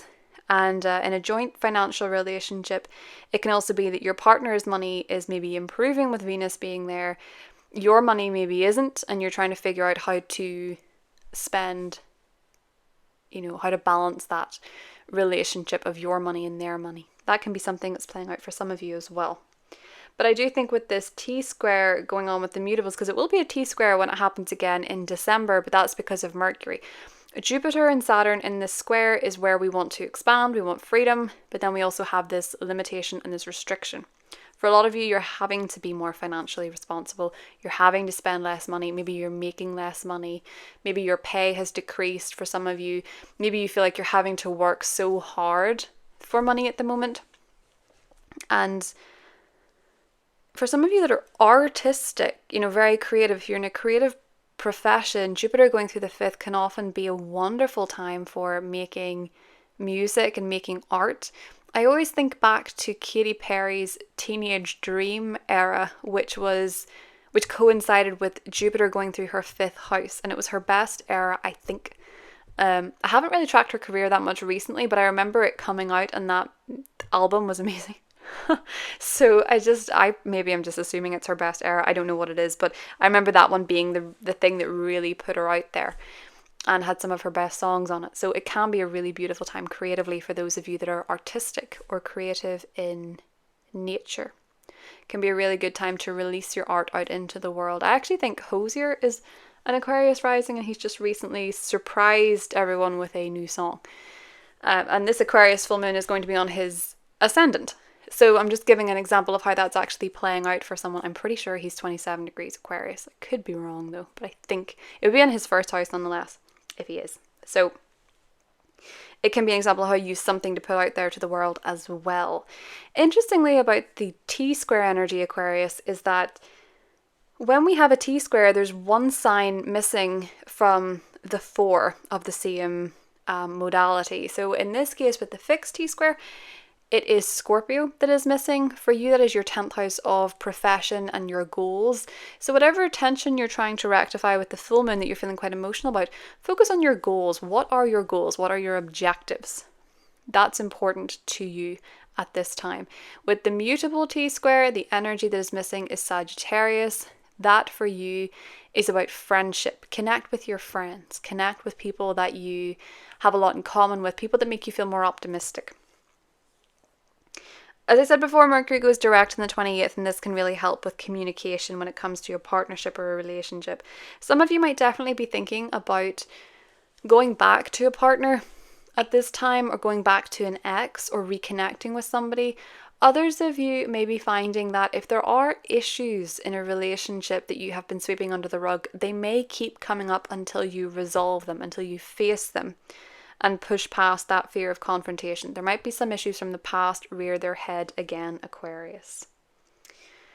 So that is what I have for you. I hope you have a wonderful month ahead, and I'll talk to you soon. Hi Pisces, welcome to August. This is your horoscope for the month ahead. So Pisces, there's quite a lot happening for you this month in 2 sectors specifically, one being your health and your work sector, and the other being your relationship sector. But the main star of the show is going to be the Jupiter-Saturn square, and this is important for you because Saturn is in your sign and Jupiter is your traditional ruling planet. So this is going to affect you, and these are happening in angular houses, so you might be noticing some significant changes or the desire for change in your life this month. But let's start with the 6th house. So the new moon that we have on the 4th of August is a lovely new moon. It's actually sextiling Jupiter, your ruling planet, in your 4th house. So it's looking for a lot of you like you're going to be setting some new intentions and some new goals when it comes to health and fitness, wellness. So maybe for some of you, you're returning to the gym. Maybe for some of you, you are having a reset when it comes to your relationship with your diet or with how you exercise, the different exercises that you do. You may be returning to an exercise that you used to do or a wellness practice that you used to do this month, Pisces, because Mercury will retrograde into this sector as well, and Mercury actually stations the day of this new moon. So if you're picking up something new or you've new habits when it comes to health, there may be wisdom in the past, there may be things that you used to do when it comes to your health and wellness that you're picking up again, and they could make you quite happy with this being in the sign of Leo. So say you used to do boxing, you're maybe under this new moon taking that up again. Say you used to get you used to go for a walk daily, you're doing that again. And if it's not physical exercise, although it's a fire sign house, so it oftentimes is, you might be figuring out meditation or wellness practices that are rooted in your mental health and your well-being. Now, it can also be for some of you that you're starting a new job. Because of the Mercury station, it doesn't necessarily feel brand spanking new. So maybe it's a new role or a new service that you're offering as part of your job, or a new phase in your career for a lot of you Pisces. And it feels like something that, with Jupiter being your chart ruler, in a sextile to this, you feel pretty confident about. Your family might also be supporting you with a health goal, with a wellness goal, with a fitness goal. So for example, I've signed up to a running race in December and one of my family members is now going to join me. That's an example of how that can be. So maybe you're finding that you are wanting to do something for your health and your family is saying, well, I want to get on board, I want to help, I want to participate. And this could be a lot of fun. It could also be that you're wanting to, with your job, start something new, set a new intention, maybe look for a new job, and you're maybe thinking about this through the context of working from home more or expanding your home. There's some positive energy coming from your home and family sector to this new moon. So it feels like if you're starting a new job or a new role, or you have a new health or wellness goal, your family is supporting you. And you might also be, for some of you, maybe creating a home gym or getting stuff to work out at home or making your environment more conducive to your health. So creating a yoga studio or something like that within your home. Whatever your situation is, Pisces, it's a great time to set new intentions when it comes to your wellness in general. As I said before, Mercury's going to retrograde back into this sector, so you could be picking up habits from the past, you could be rethinking, reflecting, reassessing. So Mercury stations retrograde in Virgo though, which is your 7th house of relationships, and it actually connects with Venus on the 7th. A lot of you could be thinking about people from the past that you had significant relationships with. Can be romantic relationships, it can be ex-spouses, it can be ex-boyfriends, girlfriends, it can be old best friends as well. It can be old business partners, but it's basically people from your past that you might be thinking of, you might be dreaming of. You might be reaching out to them, or they might be reaching out to you, or you might be hearing about them for the first time in a while, or running into them or something like that. With the connection to Venus on the 7th, it is quite possible for a lot of you that you may reconsider connecting with someone from the past romantically.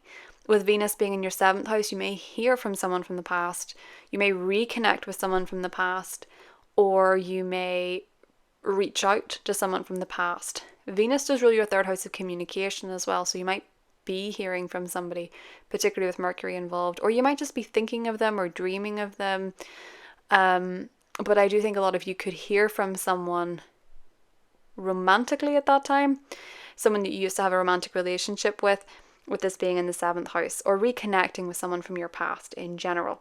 Venus being in your 7th house is a lovely energy. It's there from the 4th right up until the 29th. This can be really positive for your relationships. You can get on better with your partner. You can find it easier to meet people that are partnership potential. Word of caution though, that Mercury is retrograde in this sector, and Mercury rules your relationship sector until the 14th. Now Mercury is very strong in Virgo. So while Mercury is very strong in Virgo and it's in retrograde, Venus is not so strong in Virgo. But there is a lot of opportunities to go over old ground in a relationship, to talk about misunderstandings, also to have misunderstandings with a partner, to go over things from the past. You could realize you're annoyed with your partner about something from 6 years ago and you bring it up again. There's a chance to reconnect though with Mercury retrograde with your partner and talk about where you're at and talk about what's going on for you and what's going on for them. And as I say, also reconnect with people from the past. There can be a lot of miscommunication though with relationships in general for you Pisces. Venus being there does soften it ever so slightly. And it can also be that if you meet somebody new, a lot of the times when Mercury's retrograde, we kind of connect with people where there's this past life feeling and you sort of feel like you have unresolved stuff going on that you have to sort out in this life or work through in this life. That can be a case as well for a lot of Pisceans. But Mercury retrogrades back into the 6th house and the 14th, and this is where there can be misunderstandings in work. This is where there can be misunderstandings with the work that you do, with people in your workplace. There can be miscommunication, there can be back and forth with someone, a colleague, a co-worker, an employee. There can be shocking news coming up that gives you clarity though. So the Sun Mercury Cazimi is happening on the 18th in your 6th house. This usually brings clarity and purification. So you get the information, you get what you need to know. The misunderstandings or the back and forth start to make sense. You have an idea of what's going on, you get clarity. But the square to Uranus in your 3rd is saying this might not be the clarity that you expected. This might be disruptive, this might change things. This can be a bit of a shock. In fact, Pisces, you might learn something about a coworker, or someone might say something to you that really is quite a surprise or a bit of a shake-up in your workplace. So there can be something happening at work. You might not necessarily be there though, because the full moon is going to be in your 12th house, and that's very behind the scenes. So on the 19th, the full moon in Aquarius is going to be pulling you inward. You're going to want to reflect. You're going to want to hide out on your own. So the 12th house is about isolation. Sometimes it's self-imposed, and sometimes you just simply can't help it. Say you have a cold, say you have a flu. You're maybe feeling like, oh, I can't go out today. I can't work. Maybe you're just not feeling so great with the full moon in the 12th house. And you're wanting to rest. You're wanting to recharge. You might need to be alone. Might be a good day to take a day off in advance, because you might just not necessarily be feeling 100%, and you might be noticing some health stuff come up, or you might be feeling quite stressed, quite run down. Things could have been very busy or stressful in work this month, a lot of back and forth, miscommunications, and obviously it's August, and if you work in a typical job and you've co-workers and things, it's usually the time of year where a lot of people are off. So you might not be able to get through to people. You might not be able to get the communication that you need. The systems might be down. They might not be reliable. And you might be blaming yourself. Go easy on yourself. Mistakes happen. It's not necessarily the end of the world. But it may be a time when you're feeling a bit stressed. And that full moon might be where you just need an evening or a day to cry it out, or unwind or relax, or just be on your own, because you might just be feeling a bit run down. Your sleep might be pretty off as well. You might need more of it. You might need to nap during the day with this full moon in Aquarius, particularly as the Jupiter-Saturn square is actually occurring the same day and is forming a T-square with Venus in your relationship sector. So we have 2 T-squares on the same day. And you're pretty activated because Jupiter's your ruler and Saturn's in your 1st house. So how this one can look, Pisces, is that Saturn in your 1st house for you is, for a lot of you, about refining a diamond. It's about improving yourself. It's about committing to yourself, staying true to yourself, having good boundaries, and working hard on yourself, making yourself your own greatest work, so to speak, and really committing to yourself. And Pisces is a notoriously self-sacrificing sign, so this can actually be a time when you're really giving yourself more attention and commitment than you usually would, maybe what you would pour into other people. But it can then at the same time be where you restrict yourself, you cut yourself off, you isolate yourself. And I know I just said with the full moon being in your 12th house, you might want to isolate yourself. That's okay. But if it's becoming a habit, if it's becoming a lifestyle choice, you might start to suffer for that mentally. Saturn is the traditional ruler of your 12th house. Pluto's in your 12th house at the moment. So be careful from a mental health perspective of just avoiding people when you feel sad or when you feel lonely. And so Saturn is in your 1st house. You're very dedicated to yourself. You're committed to yourself. You're setting boundaries. You are showing up for yourself. But you can also be a little bit more negative or pessimistic. Maybe some of you are actually choosing to be positive and you're going against this Saturnian energy. But some of you can be a little bit more pessimistic. It's quite heavy. It's quite mature.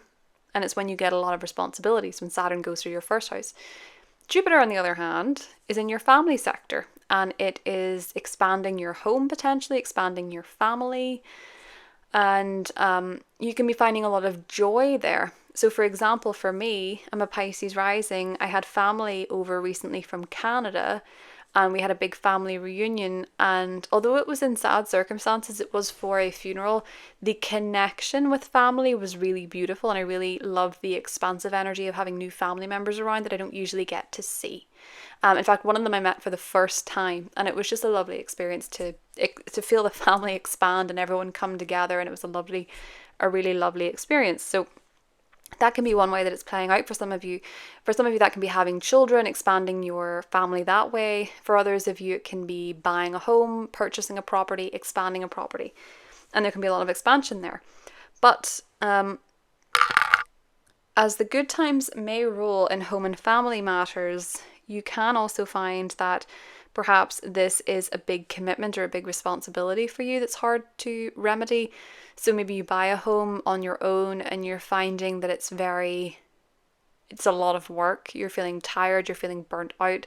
This might be where you have to say no to some social invitations with family because your energy levels are low. Or you're reflecting on how much time and energy you can put into this renovation or this property, or looking for a home, especially if you're looking for a home abroad.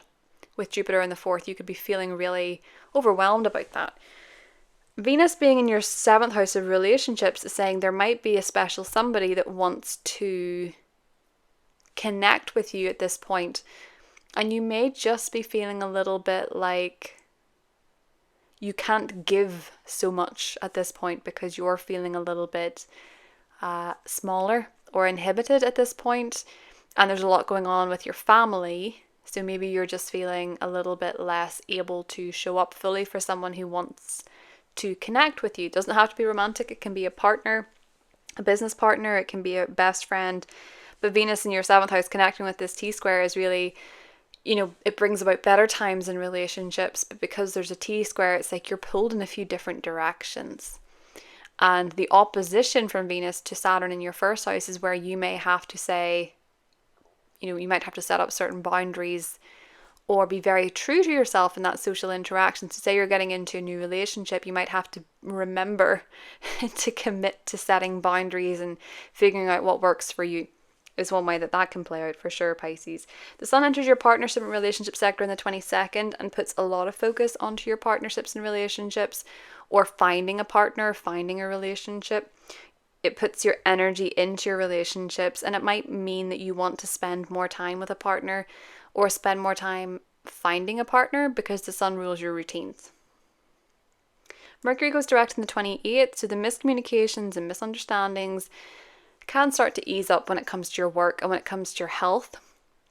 Some of you may have some surprising news or results when it comes to your health this month as well, thanks to the Mercury-Uranus square being a wider story. That is happening on the 18th, 19th, but of course, that's exacerbated by the full moon. It happened under the full moon in Capricorn too, and this may be a case where if something was going on there health-wise, you might have more news about that, or you might be getting a bit of clarity on maybe a miscommunication. With Mercury retrograde in the 6th as well, just make sure that you're getting a second opinion if you're getting health results, as they can get mixed up or they can get lost in the post, or your phone calls can go unanswered if you're trying to make a medical appointment or something like that. So there can be a bit of frustration there. Venus enters your 8th house on the 29th, and this can really be beautiful for intimacy and intimate relationships, connecting with a partner. And you can also just find that you're maybe more magnetic, you're attracting a lot more romantic attraction from other people. And on the 14th, I just want to go back ever so slightly. Mars conjunct Jupiter in your 4th house. So on one hand, this can be where you're feeling brave and courageous when it comes to a home matter and you want to push forward. Maybe you want to find that house. You want to go to 6 viewings in one day. You want to renovate. You want to knock down the walls. And on the other hand, this gets into a square with Saturn on the 16th. And this can bring a bit of frustration. So it's almost like you want to push forward with a home matter, with a family matter, with a property matter. You want to get going with it. You have the energy for it. And then maybe your body says no. Or maybe your mental health says no, and you just feel like, okay, I'm going to scale back a little bit. Maybe I went too far. Maybe I pushed too far. Maybe I overstepped with a family member, and you're just thinking, okay, I need to rein it in a little bit for the sake of my own well-being when it comes to your home or property matter, especially if it's a renovation. Be very careful of taking a hammer to a wall, Pisces, because you might actually injure yourself by going too fast and too impulsively with a home or property matter, or you might knock down something on a whim and realize it's going to be a lot bigger than you think. So be careful of being too impulsive in that sector. You know, it could be the work you're doing on a property or a home or a renovation or expansion is exhausting you physically. That can be some way that this is playing out for a lot of Pisces risings in particular. As joyous and wonderful as the home can be, it can also be a lot of work and a lot of effort, and you're making a significant personal contribution to it with Saturn in your first house, Pisces. That is what I have for you. I hope you have a brilliant month, and I'll talk to you soon.